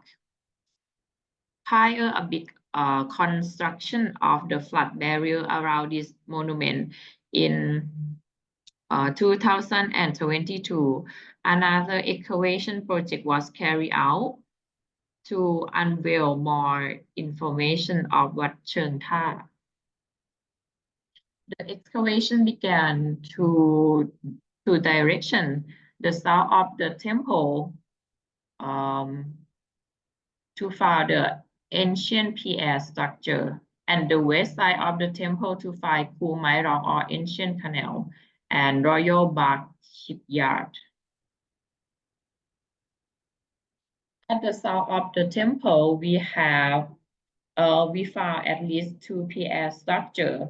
This is the first one that we found that exists at the main prang, and the second one is connected to the sermon hall in the monastery. Moreover, the first one is this one is the biggest PR that we ever found, about 4.6 meters wide and at least 5.5 meters long. For the west side of the excavation, we found the track of ancient canal that we call Khu Mai Rong. By the way, we cannot identify the site of this ancient canal, but we could conclude the one of side of the shipyard is close to the wall of the temple. Conclusion from the archive lead to excavation. as the name of Wat Cheung Tha, that means the pier of the waterfront, we found the biggest pier that sits in parallel to the center of the main pram. May there are the walkway connect to this pier into the temple. And for the waste excavation that we assume to find the Khu Mai Long or ancient canal, we found the track of ancient canal with mentioned in many records, but we cannot know it definitely the site of Khu Mai Long. Okay, and this is the conclusion from the archive that lead us to excavate to Wat Cheung Tha. This excavation project is ignite dialogue between fire department and agency in town, planning and land, develop section to pay more attention to incorporate HIA or Heritage Impact Assessment undertaking, including architecture, survey, and excavation to understand the value of the heritage site in pre-construction plan. And the last, the project eventually leads to the postponement of the flood barrier construction. The construction company now redo the whole design to avoid the tampering the heritage integrity of the property. Thank you. Okay. Yeah, Yes. thank you. That's all. Oh, wow. Okay, that's a very good ending of it. Like it's like a happy ending story as well. Thank you, Kun Shayada, for this inspiring example of how archival research can lead to interagency discussions, to heritage impact assessment, and achieving a comprehensive decision making for either conservation or the coexistence of the modern construction and the heritage site as well. So our last case study today is from Cambodia. Please welcome Mr. Thothon, the Deputy Director of the Department of Research, Training and Documentation of the National Authority of Krabi here. Mr. Thothon will tell us about the use of archival material for monument preservation at Prasat Chen Temple in Chok Gargyar, archaeological site of ancient Lingapura or Chok Gargyar World Heritage Site. That's a full name of the site. Mr. Thothon, the floor is now yours. Thank you for inviting me, co-chair. My present today is a primary archive that have mentioned by co-chair just a moment. And You need to share the screen first, or one sorry. moment. Yeah, I forgot, sorry. Thank you. And the big presentation mode, please. Okay. Can you see? Can you see that? The presentation mode is not up yet. Yeah, yes, it is. Now you can begin. Oh, Okay. Can you come back to that? Yes. Now you can Okay. begin. Thank you. Okay. Thank you for inviting me. And today I just brief some this information, just the idea for our primary archive of Prasat Chen at Chok Gargyar, that we are not conduct the restoration yet, but we are on our going the process of the collection data. But I just give some information about our work here at Chok Gargyar site. There are 5 points. Just located at Chok Gargyar site, you find that is along the ancient road from Angkor through the Wat Phu. That is the Chok Gargyar site is close to the ancient road city, the one city of Khmer Empire during the 10th century by Jayavarman IV and his son. And Prasat Chen is one in the city, as you can see, is Royal and the Royal Palace and Prasat Thom, and also the Prasat Chen is located at the southwest of the Royal. We can call it reservoir, big reservoir or barai. that built by the laterite and mixed with some tower with bricks also. Just point one, just Prasad is built during the 928 CE during the king of Jayavarman IV, and according to the inscription K181, Prasad was built dedicated to the god Sripati. Mean that Sripati is a husband of Lakshmi, so it is Vishnu. Prasad built for Vishnu, so that this temple. So Prasad has also 3 towers on the same basement with the laterite facing east to and also have 2 brick library facing west, surrounded by the 2 laterite enclosure and gobra. Only to west and also from the east. And then furthermore, the Prasad also we can found that a line and satellite with the Prasad Bantiai Pichuan and Prasad Thum Phom. We can call it Trinity Temple of the site of the Kokkesai city, and both like Prasad dedicated to the Vishnu, Prasad Bantiai Pichuan dedicated to the Brahma, and also Prasad Thum dedicated to Shiva. So we call it Trinity. And this also there are many sculptures at the site depicted from about the Ramayana and Rimke in Cambodia. Move to the second point is the statuary and iconography.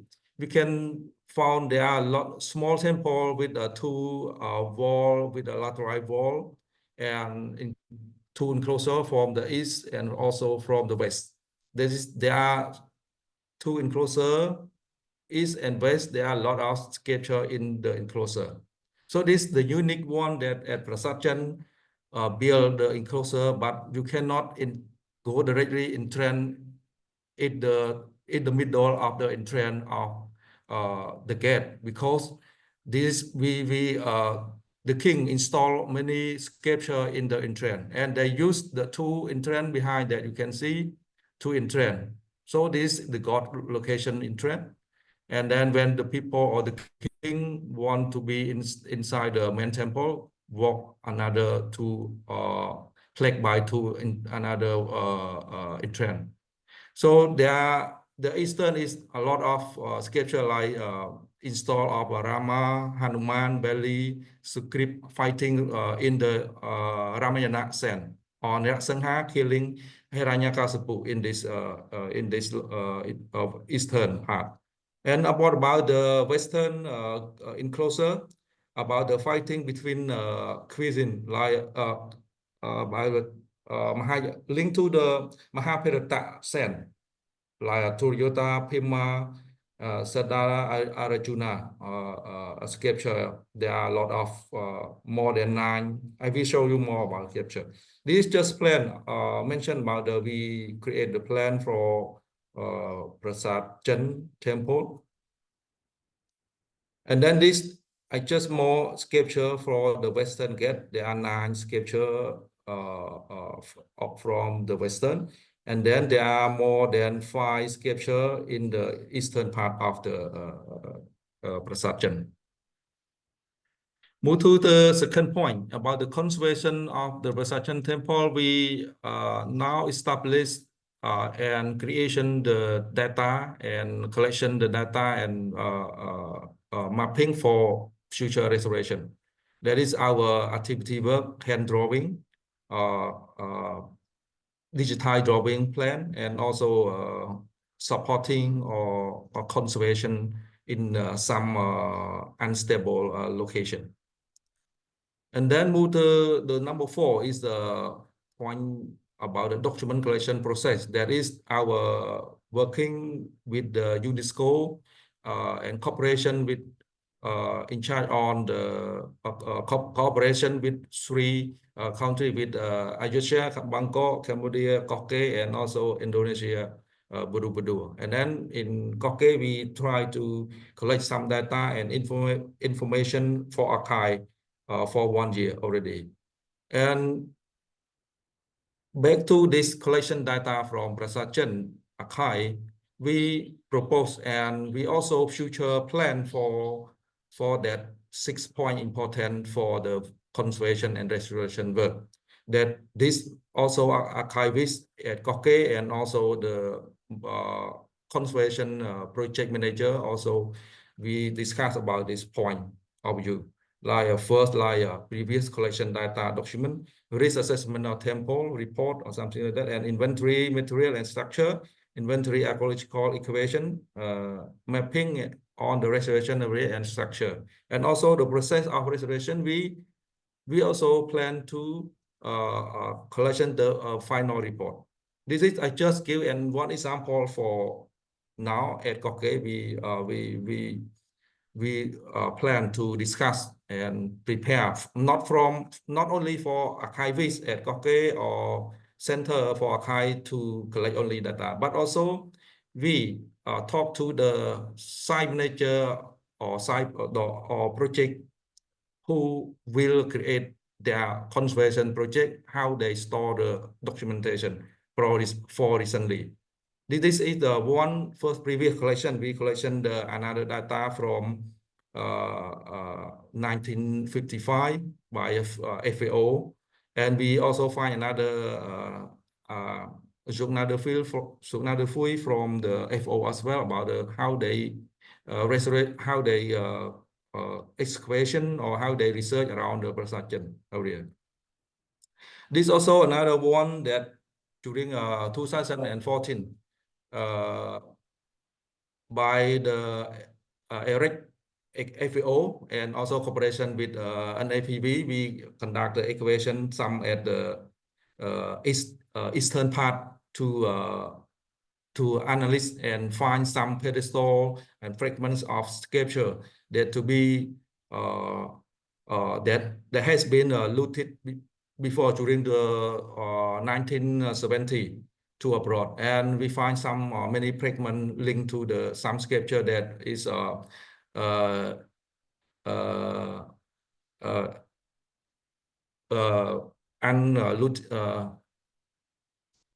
mean that loot and then bring it to the outside to abroad, and then we try to find some information to link to this information as well. And for second point for our main at Prasatjan, that is we try to risk assessment of the temple. We try to understand, to sketch, to make information, collect some information and data collection for for next year restoration as well. And this also our work for the contour line at Prasatjan, and also hand drawing of the whole area of the temple. This also like photogrammetry. We use drone and total station to locate it for the stone sculpture or stone fragment. This also to number 3 of our inventory. We try to inventory all on the site and collection some data and also take information from that information, and then we take a photo as well. For number 4, the preventive archaeological excavation, we try in 2014, as you can know, we try some, and we also plan to for more excavation research before our restoration as well. And number 5, mapping on the restoration. This is important also for the conservation. We try to drawing and mapping which the loose of the sandstone block, what the where the sandstone block can be restored, and to install back to the original location. And this number 6, the last of the process of the project, we collect. This is we restoration, and this is an example from another, but this our archive plan to be produced when the conservator of the project start for restoration. So for future, our future archive for the Prasatjan at Koke site, we prepare like if we have SOP like Andrew and also UNESCO Bangkok has mentioned at Bangkok, Ayutthaya for planning for the SOP as well. How the SOP about the restaurant work, conservation work, architecture, archaeological or geography, mapping, art, history, archaeological research, or so on. And the second point is collection of data that our Koke site and archive at Koke plan to collection all data for the Koke World Heritage Site, like from FO, Apsara Authority, Jasa, Waseda, National Museum of Cambodia, and Angkor Conservation Compound, all report and from other different departments that have worked before as well. And the number three, the standard of archive building and room. We need that one standard of building archive room and building as well. And number four, we are already planned, as I have talked, like archive training for Koke staff. This is important for archive and archive center, because why? That's why I have talked and trained all staff that they come from different departments. They are for us, we have 7 departments in our NAPB authority. So this is important for the explain them is how to talk and directly to the project managers who holding on the one project, one temple, how they classification about the documentation, how they produce the documentation, and then after that, when they learn in 1 time or 2 times, they already smoothly for working on that. So for the next generation, our Koke site will be more easy for archivists to collection data from the manager, conservation manager or research managers. This is our plan for the future, not only for restoration and conservation work. That's only 6, but another work as well at the Koke site. We have planned be archaeological research. For example, there are different situations, as you can know already, because we not focus on only how to collect the restoration and conservation work only, but for archaeological work, there are different process from the conservation. For art history and that art history data research, they are from different process of research as well, and tangible and intangible data collection. So that we need to try to make that, and also try to understand, also to get more advice from UNESCO Southeast Asia and Bangkok and UNESCO from Indonesia to give us more about the idea about that. We have classification like that, and maybe recently or future we have another SOP as well to follow that classification of archive data at Koke site. And then another project that need to be mentioned and seen also, that if Andrew and UNESCO Bangkok Indonesia can give any more idea about the intangible research project for archive, how the development project at Koke, for the development project at Koke, how we collection their data for archive, and then for tourist management system, how we propose or how we make that. For example, another one is the last one is environment document, environment and water management department, how we create that data and how collect that data from, because this is different from our conservation project I have known, and then also archaeological research that I can be understand, because I am from archaeologist as well, and so but other different subject that is need to be learned from UNESCO archive from Southeast Asia. Thank you for your attendance. Thank you. Thank you very much, Mr. Thodon. It's actually a privilege to also learn like the entire process of how you're doing at the Cambodia's newest World Heritage Site, the Gargyar. So there are many things, and I know that we really appreciate that you're covering all of them in the little time we have given. And it's a privilege as well for all of us to get to know the whole process of like, you know, the making from zero, from the scratch, and for UNESCO to be able to take part in helping, in supporting Gargyar World Heritage Site in doing this process.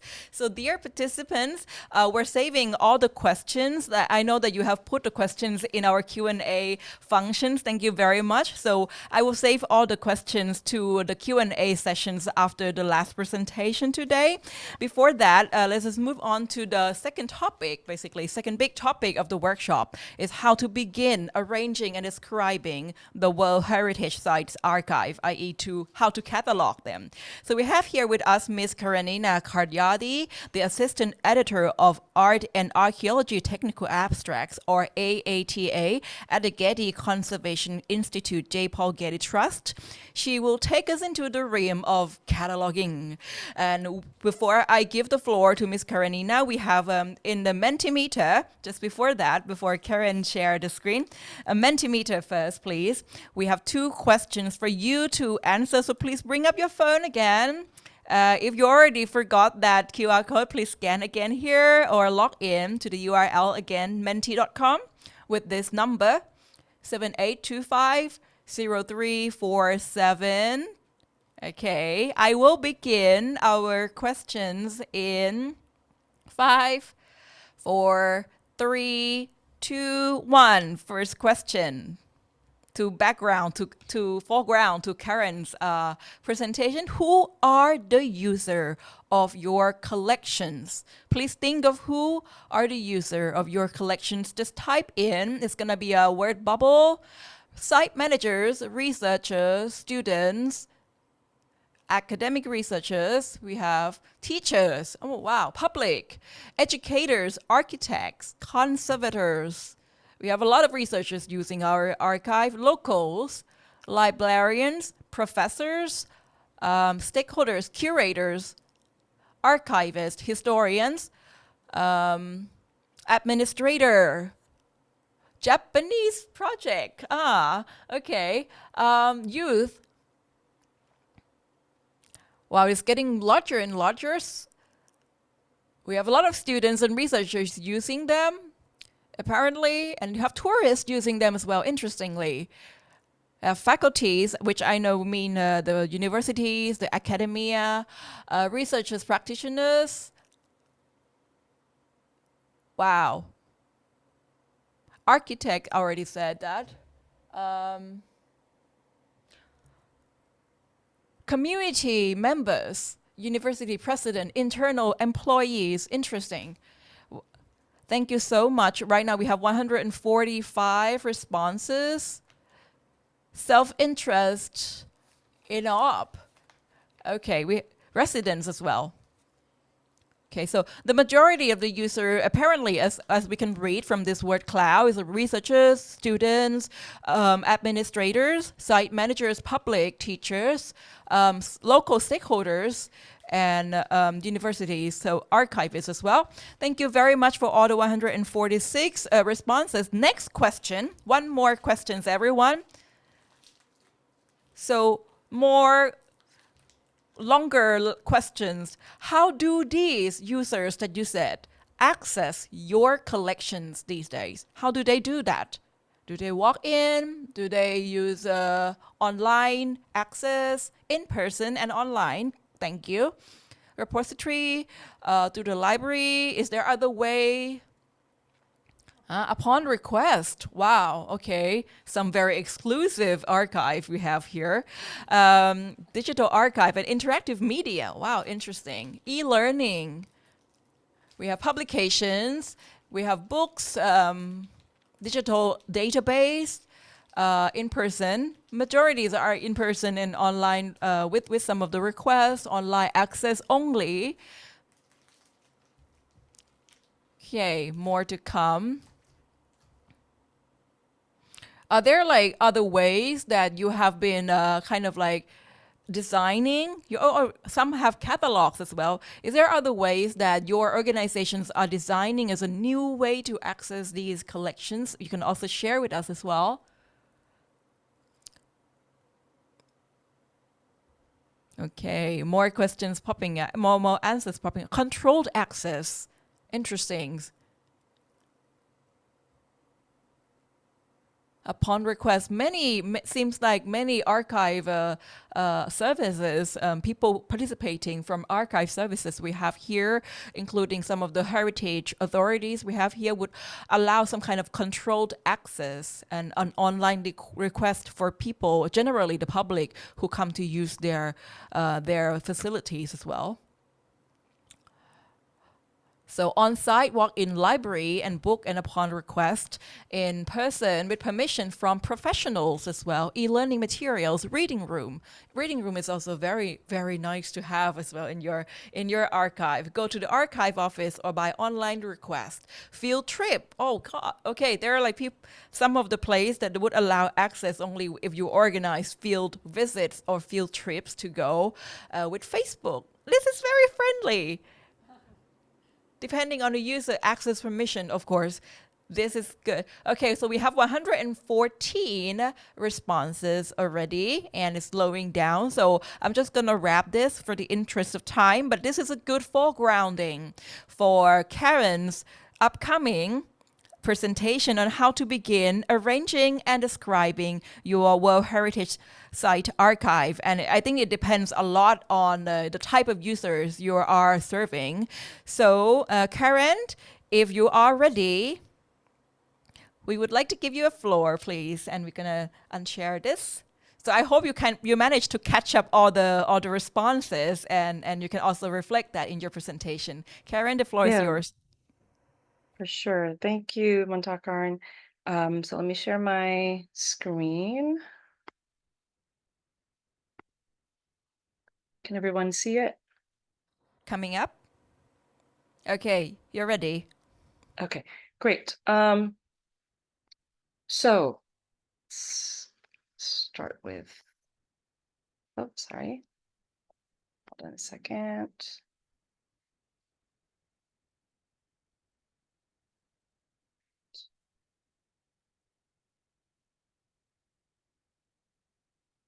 Okay. Is it okay? So, yes. Yeah, sorry about that. So thank you again for UNESCO for having me to participate in this training. Really appreciate all of the support, and also for my co-presenters. It's been really enlightening to hear everyone's contribution. I do apologize that I made some small changes to my slides. If you had downloaded it before, I think the most updated one is now available on the Google Drive, and you obviously can access it later. So I know that it's approaching lunchtime over there in Southeast Asia, so bear with me for the next 20 minutes as we go through this. So basic principles of archival arrangement and description, aka cataloging. And we're also going to discuss a little bit of access that we touched earlier with the Mentimeter activity. So first and foremost, before we go into any more details, as Andrew had mentioned earlier, we need to understand that archival management does not equal records management, and it does not equal library management. Archival management can be part of records management since it concerns about materials that have been disposed of from regular or active usage of an organization, department, or someone's activity. And also, some archival collections may have books or other traditional library materials, but they should be separated from their collection management policy should be different from that of the archives, and they should be appraised and accessioned separately. Some of these terms might become clearer as we go through with this presentation. So basically what we're trying to do is to go from the mess that we have in this first image to somewhat sorted into piles, and finally into an organized, system of boxes and folders and a finding aid. You might remember that in Montera's presentation earlier, the New York City archive was just filled to the brim with random, rolls of architectural diagrams, et cetera. But at the end of the day, once they've taken on the archival processing project, they were all sorted into and housed into boxes of records that are much more under control and accessible to users. So to do all this from basically chaos to something that is much more organized, we have to appraise, which is to determine what is it that we're keeping and what is it that we should get rid of. Like Andrew said earlier in his presentation, we also need to accession these records, which means that you're taking physical control of the records by gathering them and recording information about them. This can be actually taking the records in from various departments in your site, or it can be a matter of moving digital files to a separate hard disk or a separate part of a server. And finally, we have to process them, which means we have to arrange and describe, which is going to be the part that we'll be focusing on today. So before we go any further, as with a lot of scientific fields, professional archivists and archives follow certain standards. Internationally, there's the General International Standard Archival Description, also known as ISAT-G, just published by the International Council on Archives, aka ICA. In Southeast Asia, the chapter for ICA is known as Serbica, just based in Malaysia. In the US, where I'm based, we follow Describing Archives, a content standard, or DAX, that is published by the Society of American Archivists, or SAA, and that is the US implementation of ISAT-G. So it covers a lot of the same things, but there are additional, specific guidelines.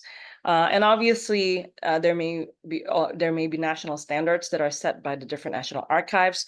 For example, the National Archives of Thailand has published the Handbook of Principles of Archives Management, published in 2016, and also the Archive Standards of the National Archives of Thailand, published in 2012. So, what is archival processing? Archival processing consists of two separate activities: arrangement and description. And here I have a quote from Sarah Quigley, who is an archivist based here in the United States. And she said, a collection is considered processed when an archivist has imposed enough physical and intellectual control to facilitate access. So what we're trying to do is bring all those records together under control, so that we can they are much more accessible.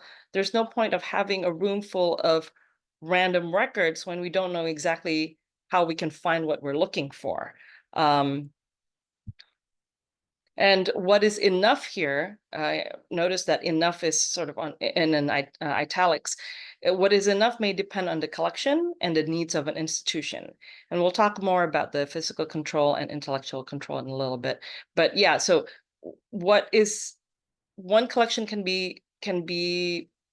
just require, maybe a few weeks to process. Other collections may need years to process. And that really depends, on a case-to-case basis. So arrangement, here I have a couple of different definitions. From SAA, the process, it is the process of organizing materials with respect to their provenance and original order to fundamental archival concepts that Andrew had mentioned earlier. And arrangement with respect to original order presumes that such an order already exists, or we can tell that it exists, that, we can see, oh, this archaeologist had organized his records by geographic places, for example, or is it by chronological order? But sometimes we just don't know. Sometimes the archivist must impose a new order because there isn't already one. And but again, we try as much as possible through research, through background research, to figure out if there is already an order. But if needs must, then we can arrange such materials in a way that facilitates their use and management without violating any archival principle. Descriptions, again, here I have a couple of different definitions. It's basically the process of creating a set of data representing an archival resource or component thereof. And so it's most often expressed in finding aids and bibliographic records, and they're used for the discovery and management of archival resources. Essentially what it is, it's the documentation of an archive. So why do we arrange and describe? Well, one, we want to preserve materials for future use, whether it's internal use or external use, whether it's from our own site, or is it, in the case of Borobudur and Chok Gargyar and Ayutthaya, all of the staff went back to their archives and found documentations from different points in time to help them with current and future restoration projects. Some of you mentioned that students and researchers come in and wanting to learn more about your sites. So we want to make sure that we maintain and we keep those materials, those records for future use and access. We also want to make sense of the collections by establishing intellectual and physical control, and especially when there's no original order discernible. And also, I touched upon this, we want to facilitate access to materials. You know, we can't access the materials if we don't know where exactly to look. During the workshop that we had earlier in the year at Borobudur, one of the things that was mentioned by the team in Ayutthaya was that they have to make new copies of documents every time they couldn't find it. So imagine all the resources that have to go into doing that. You know, we there's a saying that goes, we don't want to reinvent the wheel. So we don't want to start something from scratch if we already have something exactly like it or very similar to it. So I mentioned intellectual and physical control a couple of times already. So intellectual control, it's the descriptive efforts to accommodate access to the informational content of a collection. So think of it as a map or a guide, right? Physical control, it's the physical order of the materials in the collection. In other words, how and where they are housed and stored.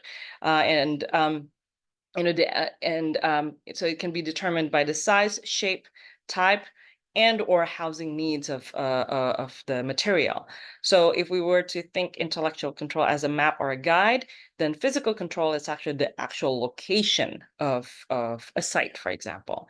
And I note here that physical control may not necessarily mirror the intellectual control, and this can be for a number of reasons.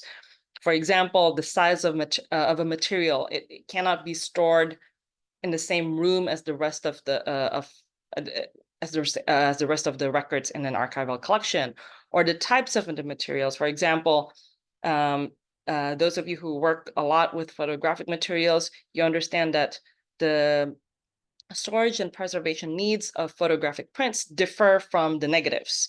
And if we want to be very detailed, color negatives and black and white negatives have different preservation and storage needs too. But basically, as long as everything is properly sorted, labeled, and documented, it can be done. But do not attempt to do this without establishing the intellectual control first. So I'll go to my next slide where you can see this image that I have here clearer, hopefully. So this is a screenshot of an archival collection that I processed some time ago, and this is a photographic collection that is part of the Malcolm Lubliner collection in the Getty Research Institute. And here we have the series of Joseph Albers, who was an artist who was active in the 20th century. And basically the whole series is about photos concerning Joseph Albers. And so here we have a sub-series of Joseph and Annie Albers at their home studio in Connecticut in 1969. There's an explanation of what's included in that sub-series. But as you can see, the contact prints here is stored in box 1, folder 1. But the negatives is stored in box 9, folder 1. There are also prints, and the prints, the 8x10 prints, they're stored in box 16, folder 1. But intellectually, they're all part of this whole Joseph and Annie Albers sub-series. So as long as, again, as I said earlier, as long as everything is documented, you know exactly where to find the contact prints for Joseph and Annie Albers, 1969. It's going to be box 1, folder 1. It doesn't matter if the negatives is stored in box 9, folder 1. It can, if we have to be extreme, it can even be stored in a completely different room. Again, as long as everything is properly cataloged and documented.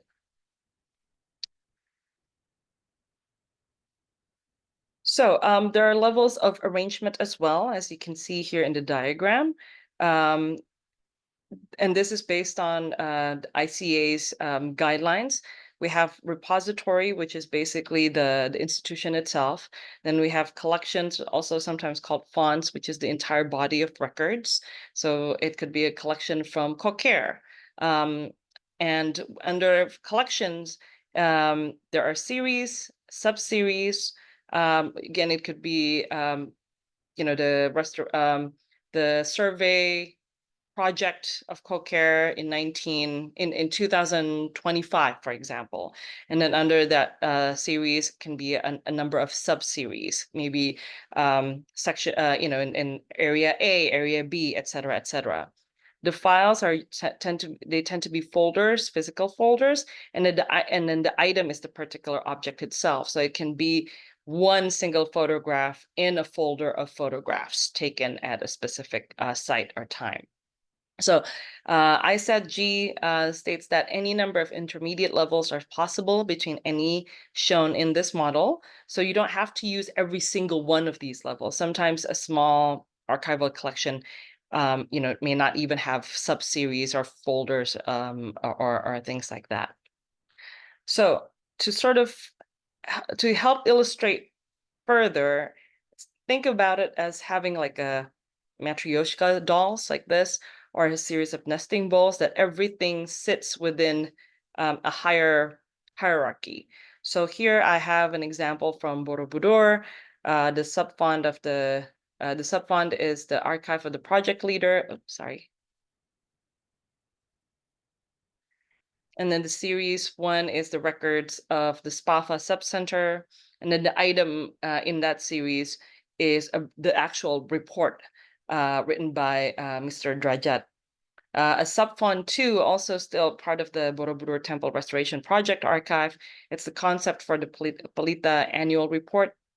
And it's the archive of the directorate. So it's different than the archive of the project leader. We don't want to mix each other's archives or the creators of the archives. A quick example, would be I would not mix my archival materials, my records, with Andrew's records, for example, because the records are created by two different people, even if we collaborated under this archival project with UNESCO. So how can we prepare for arrangement? Again, we have to do our due diligence by doing background research, understand the department or unit whose records you are dealing with. You can search for previous documentations left by your predecessors or the previous staff. Institutional memory. Andrew mentioned earlier about the monument that they built with the numbers of people who collaborated on the 1970 restoration project at Borobudur. You can contact even those people who might still be alive, who can give them, who can give you additional institutional memory or institutional information that may not be recorded in the physical materials. You perform collection assessment. This includes accessioning, which means, like I mentioned earlier, to take intellectual and physical custody of the materials. And we do this under legal or policy authority. Identify the existing provenance or original order if you can, and do a condition assessment, creating an inventory or box list look if some materials are moldy. You can do that during this process, and also determine the level of arrangement. How far down the hierarchy do you need to go? And then also to come up with work plans or processing plans to document the decision-making process. I've included a link to a sample form here that you can access later.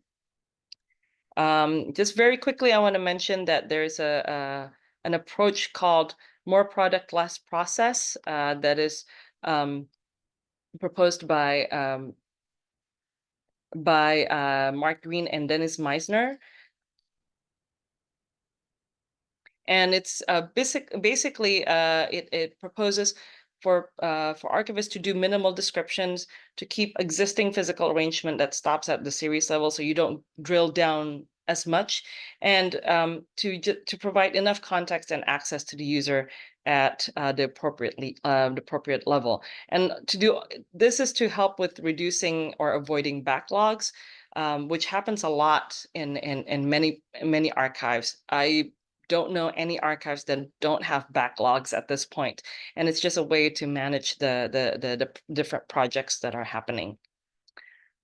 So finding aid, again, it's a description that typically consists of contextual and structural information about an archival resource, the documentation about the archives itself, and you can use existing open source or free software such as ArchiveSpace or Atom, which I believe some World Heritage sites and even UNESCO itself have used to manage the archives and create finding aid. For example, the Borobudur Temple Restoration Archive is already using Atom, and have a screenshot of Atom here. If you go to the website, it's much more interactive. You can click on the different hyperlinks here. And I want to stress that online accessibility is important, but it doesn't mean that it has to be fancy. You know, a simple PDF or Word document, uneditable, obviously, is more than sufficient.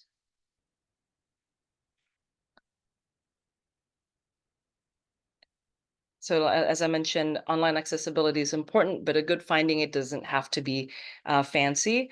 This is an example of, I'm sorry if it's a little bit too small on your screen, but it's an example of a one-page finding aid from the University of Florida.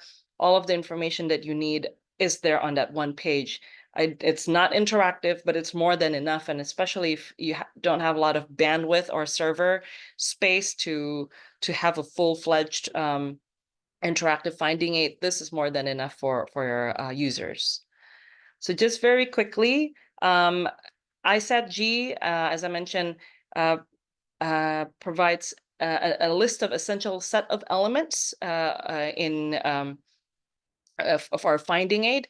The first one is reference code. It has to be standardized per your institution, and it has to be unique. So for example, and it can be it can be different kinds of numbers, but for example, at the Getty Research Institute, their numbering system starts with the year of accession, so 2012. Point M, 0.65, for example. So 2012 was the year that a collection was accessioned. M is the type of collection, so it's a manuscript, so it's paper-based. And then 65, it's the 65th collection that they took in 2012. The National Library of Australia, over there, you can see it has a different numbering system. But whatever you do, it has to be standardized. You cannot just change it willy-nilly. You can't just change it from one year to the next. It has to be consistently applied and unique. So for example, there cannot be 2012.M.65. The next collection has to be .M.66, for example. The title, it's to name the unit of the description. whether it's the Borobudur Temple Restoration Project archive or the archive of the director. The title of the archive has to be pretty clear. The dates, record the dates when the records were created or accumulated.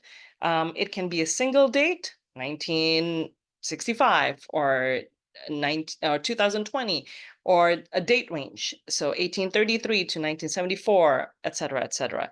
It has to be pretty clear in terms of the dating. And then the level of description, whether it's font, series, or subseries, the extent of the unit of description. So basically giving the number of physical or physical units. So or linear shelf space. So you can say we have 5 folders and 2 audio cassettes, or we have physical 100 physical digital items. And also the creator. Who was the who created this, right? Was it Karen Karyadi? Was it Andrew Henderson? Was it Kokera Archaeological project team, et cetera, et cetera? So those are the 6 elements that are compulsory, required by ISAT-G. Again, as I mentioned, other standards might have additional requirements. For me and the US, we use DAX. We have to include a scope and content, which is a narrative statement summarizing what's in the archival collection. We also have to include conditions governing access. Who is it open to? Is it restricted, or is it open to any researcher?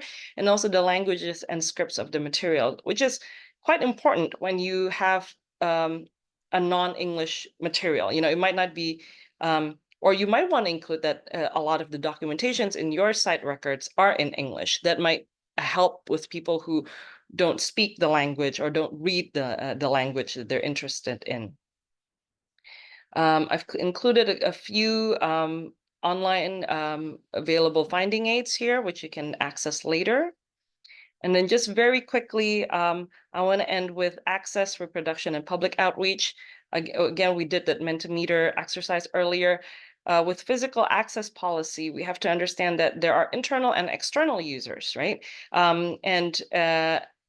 The way that we cater to different users might be different. It can also affect the way that we're pulling materials from storage.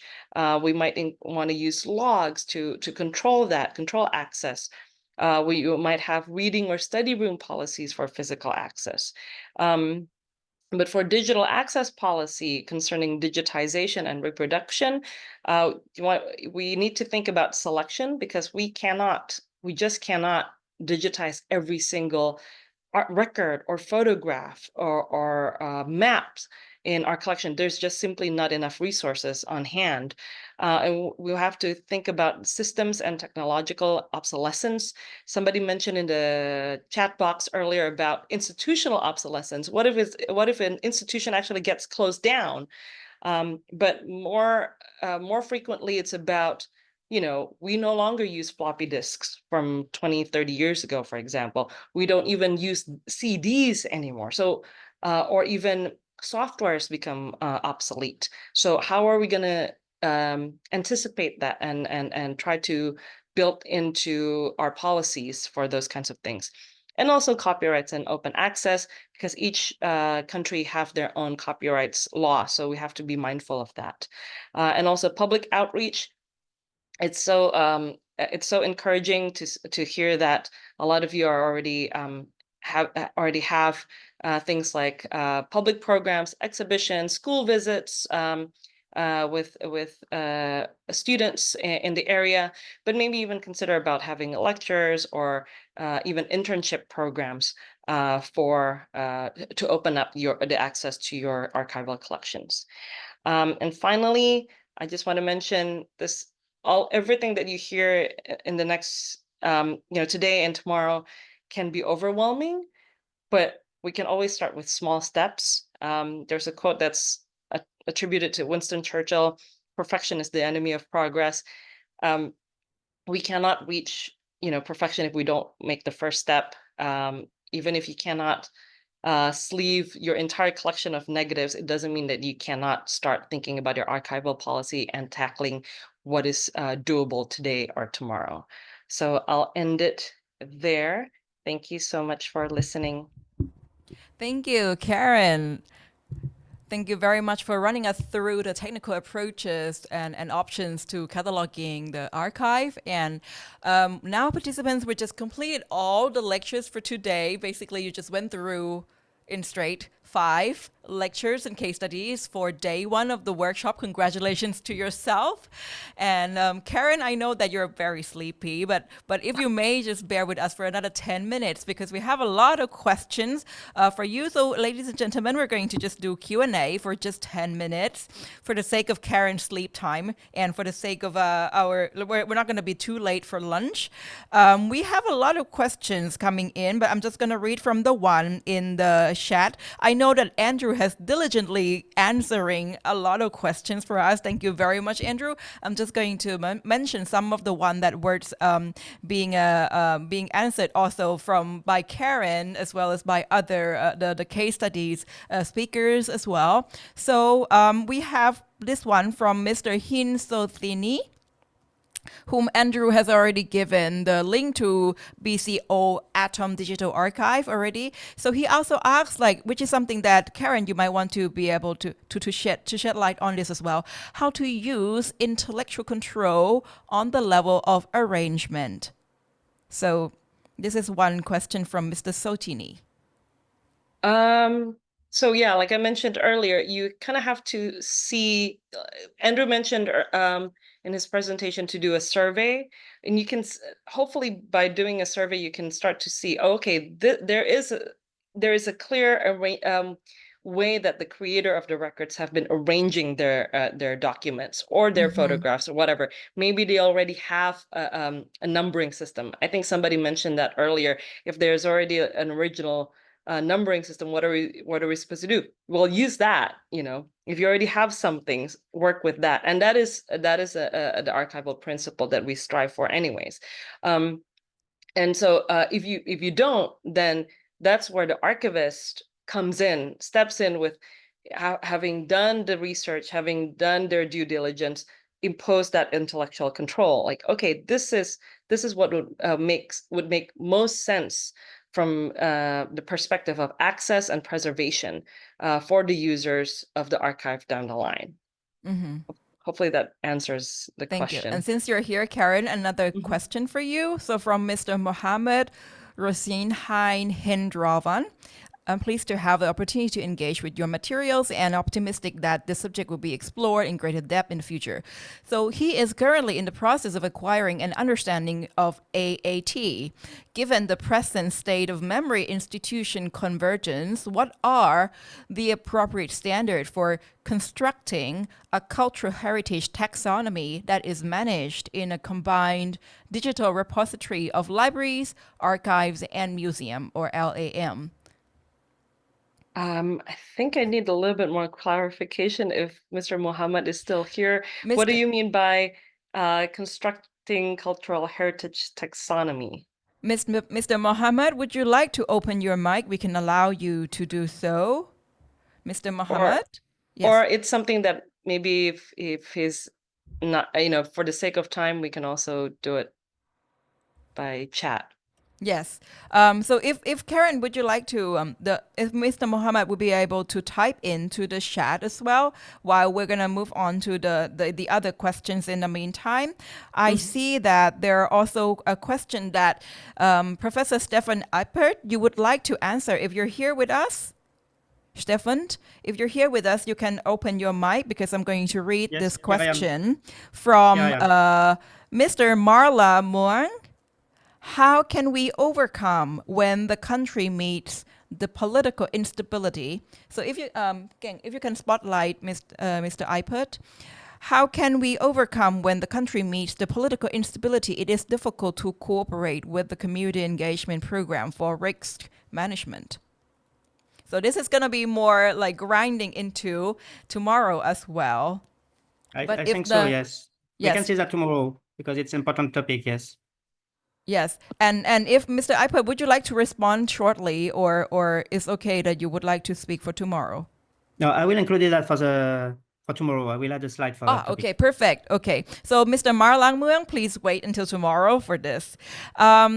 We also have next one, which is from for Andrew this time. Andrew, if you're here, Mr. Merlito Ferrer said like how to handle digital records from handle digital records. So I know that this is going to be more explicated by Professor Eipert as well tomorrow, but if Andrew could give a little bit of a basic answer to this, please. Yeah, maybe. Thank you. Good question. Maybe it's better to join for the presentation tomorrow, I think, if it's okay with Stefan. Okay, so Mr. Merlito, also please wait for the excitement tomorrow because we're gonna grind into this for at least an hour tomorrow. So another one for Karen, please. Regarding the obsolete data set or databases, we had a situation. This is from Catherine Ivankov. Sorry. So we can bring that question up. We have a situation where institutional policies change and transfer for data from all archive repositories has not been achieved and even lost. Are the FAIR FAIR data principles important in this context for heritage sites archive? How to implement a consistent policy which can be followed in the future? So this is the question from Ms. Katalin Ivankov. So Karen, please. So the problem of lost archives is a very, very important issue. But unfortunately, since we haven't created a time machine, it's something that, unfortunately we cannot avoid sometimes. So it's sometimes we just have to accept it. It's sad to hear that, but sometimes you just can't do anything. But in terms of implementing a consistent policy, it's important for any institution to have one support from everyone, not just from the archival departments, but also from the top of the institution. If the leaders of an institution does not acknowledge and support the archival unit, then you're going to have a difficult time to implement the policy. And two, you have to have a buy-in from everyone who's going to be involved. You have to have a buy-in from all of the stakeholders, which is why we propose that when you start creating this policy, include, this is a collaborative process, include all of the stakeholders as much as possible, whether it's the records manager, whether it's the other departments who will be whose records will be important to the archives, and also the person who's going to be the site managers and the person who's going to be in charge of the archival unit. And based on our previous workshop in Borobudur, we realized that there is a shortage of archivists, professionally trained archivists at these sites. So, it's important to also collaborate with the National Archives in your respective countries for them to, provide support, not just technical, but also, additional training. One workshop like this, 5 hours, it's good to start something, but the day-to-day, coming down a few months from now, a year from now, it's important for you to work together with your colleagues in the respective countries. Mm-hmm. Thank you very much. Just a few more for you, it's keep flooding in, sorry. One is that from Ma Teresa Pagaragan, in the absence of original order. I think this one is, if Andrew could also jump in as well. In the absence of original order, how will you arrange the records collected?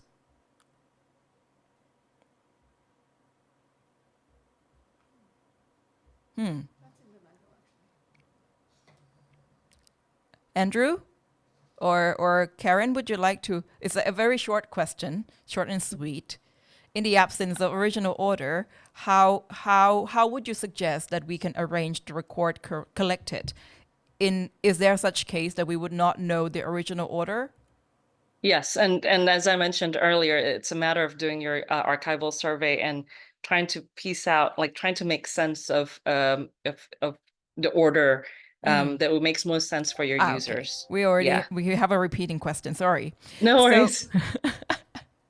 So there are also another one here from Tsewang Tashi. Is there an international norms which state public access restriction to archival collection in your experience? As far as I know, there is no international rule or regulation or whatever to restrict, but again, it's on a case-by-case basis. Not even the whole institution can have, an institution can have a general policy, but it also depends on the collection itself. Like, for example, and this may not be particularly relevant to archaeological sites, but for example, if a collection of records was donated by a donor, and the donor states, "I'm giving this to you, but seal it for 15 years or whatever, for 20 years." If that is in the donor agreement, we have to respect that it is not accessible for 20 years or whatever. As much as possible, we try to encourage, the field tries to encourage open accessibility as much as possible. So in the negotiation, the policy should reflect that. And so if there are things that have to be embargoed, they have to be, there has to be a good reason for it, because otherwise, then what's the point? We're not saving things that will not be used. Thank you. I think that's pretty much all we have. Oh, sorry, one last one for Karen then, and we can move on to other speakers as well. A question in the chat from Marian the Guzman. Can you briefly describe what goes through a deaccessioning process? Oh, a deaccessioning process. That's that we didn't cover that. But yes, deaccessioning can be tricky because by nature, if something has been sent to a repository, whether it's a museum, archives, or libraries, some sort of selection process has happened. So if something has to be deaccessioned, then there has to be a really good reason for it. And it has to have, again, an agreement, a buy-in from all of the stakeholders involved. If it's a matter of storage space, is it something that can be negotiated?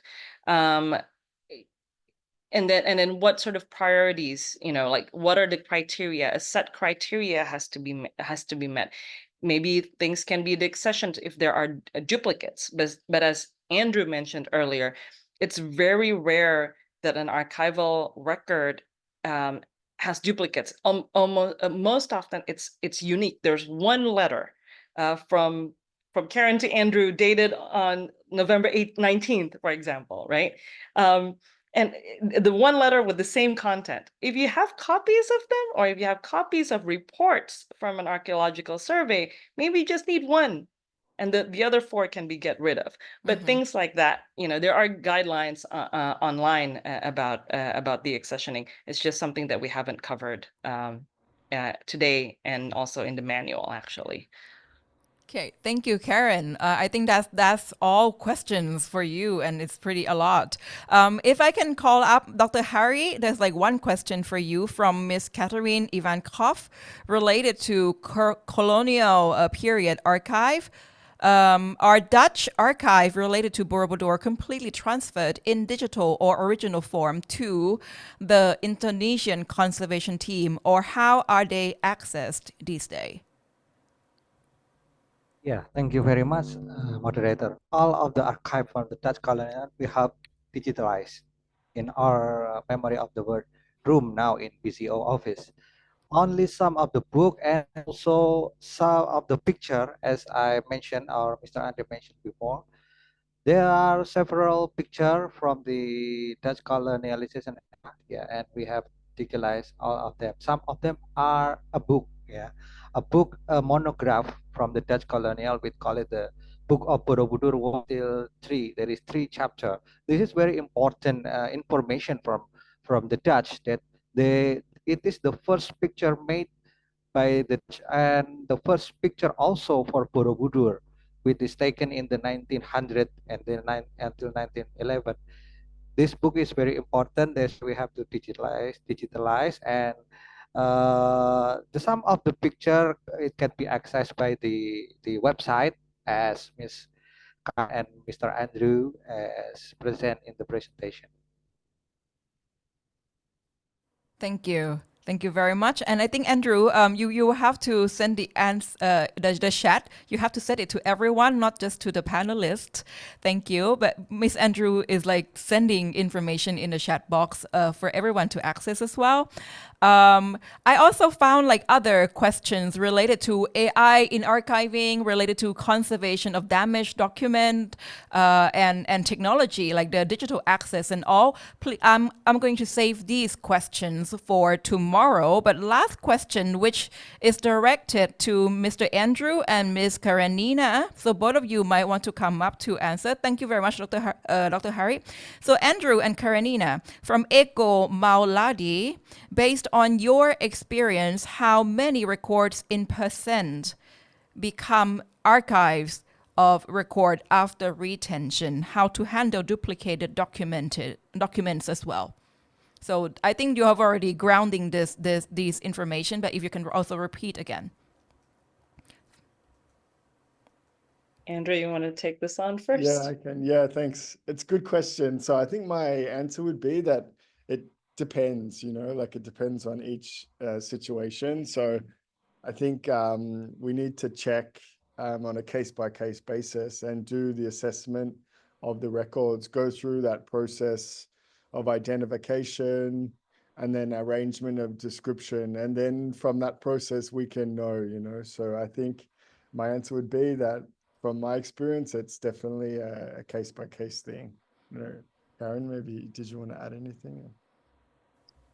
Yeah, I think it's definitely on a case-by-case basis. As much as possible, we try not to duplicate things. And if we need to keep a copy, it has to be, justified. Like I said earlier, if you have multiple copies of the same record, then there's no point of having a lot really on hand. Having said that, duplication is quite important in terms of digital files, just in terms of backups. And Stefan will surely talk about this more in more detail tomorrow. But we do need some extent of duplication in terms of digital files in case things get, servers break down, et cetera, et cetera. Mm-hmm. Thank you very much. So I think that's it, everyone. We have about like 5-6 questions that I already answered in the system, saying that these questions will be answered tomorrow either by Brandon Oswald or Stefan Eipert.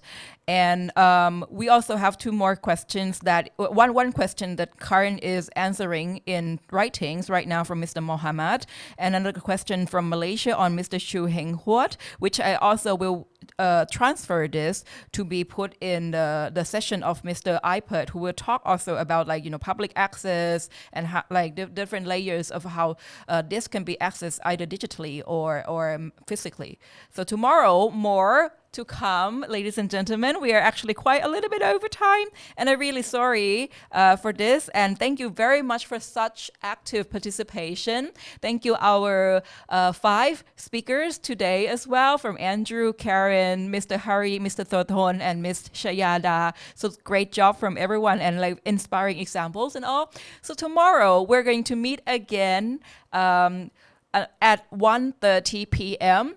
Bangkok time, or Jakarta time. So please check on page 5 of the participant booklet. You will see the time difference reminder, because we're all on a different time zones. it's very impressive that all of us could get together and everybody stayed through to this. So we try to balance between different time zones by doing two juggling blocks of training like this.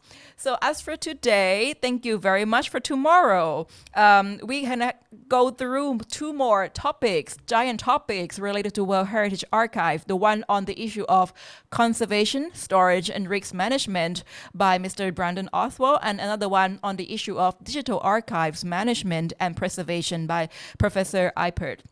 So tomorrow, special thing is that you're going to have a very, very full-on Q&A sessions right after each of the presentations. So please prepare for your questions. We already shared some their materials in your link tree. So if you click in, you will also find a document repository with the copy, the credited version of in the PDF form of the speakers' presentations as well. So as for now, see you tomorrow at 1:30 p.m. Bangkok or Jakarta time. Thank you very much. สวัสดีค่ะ Thank you.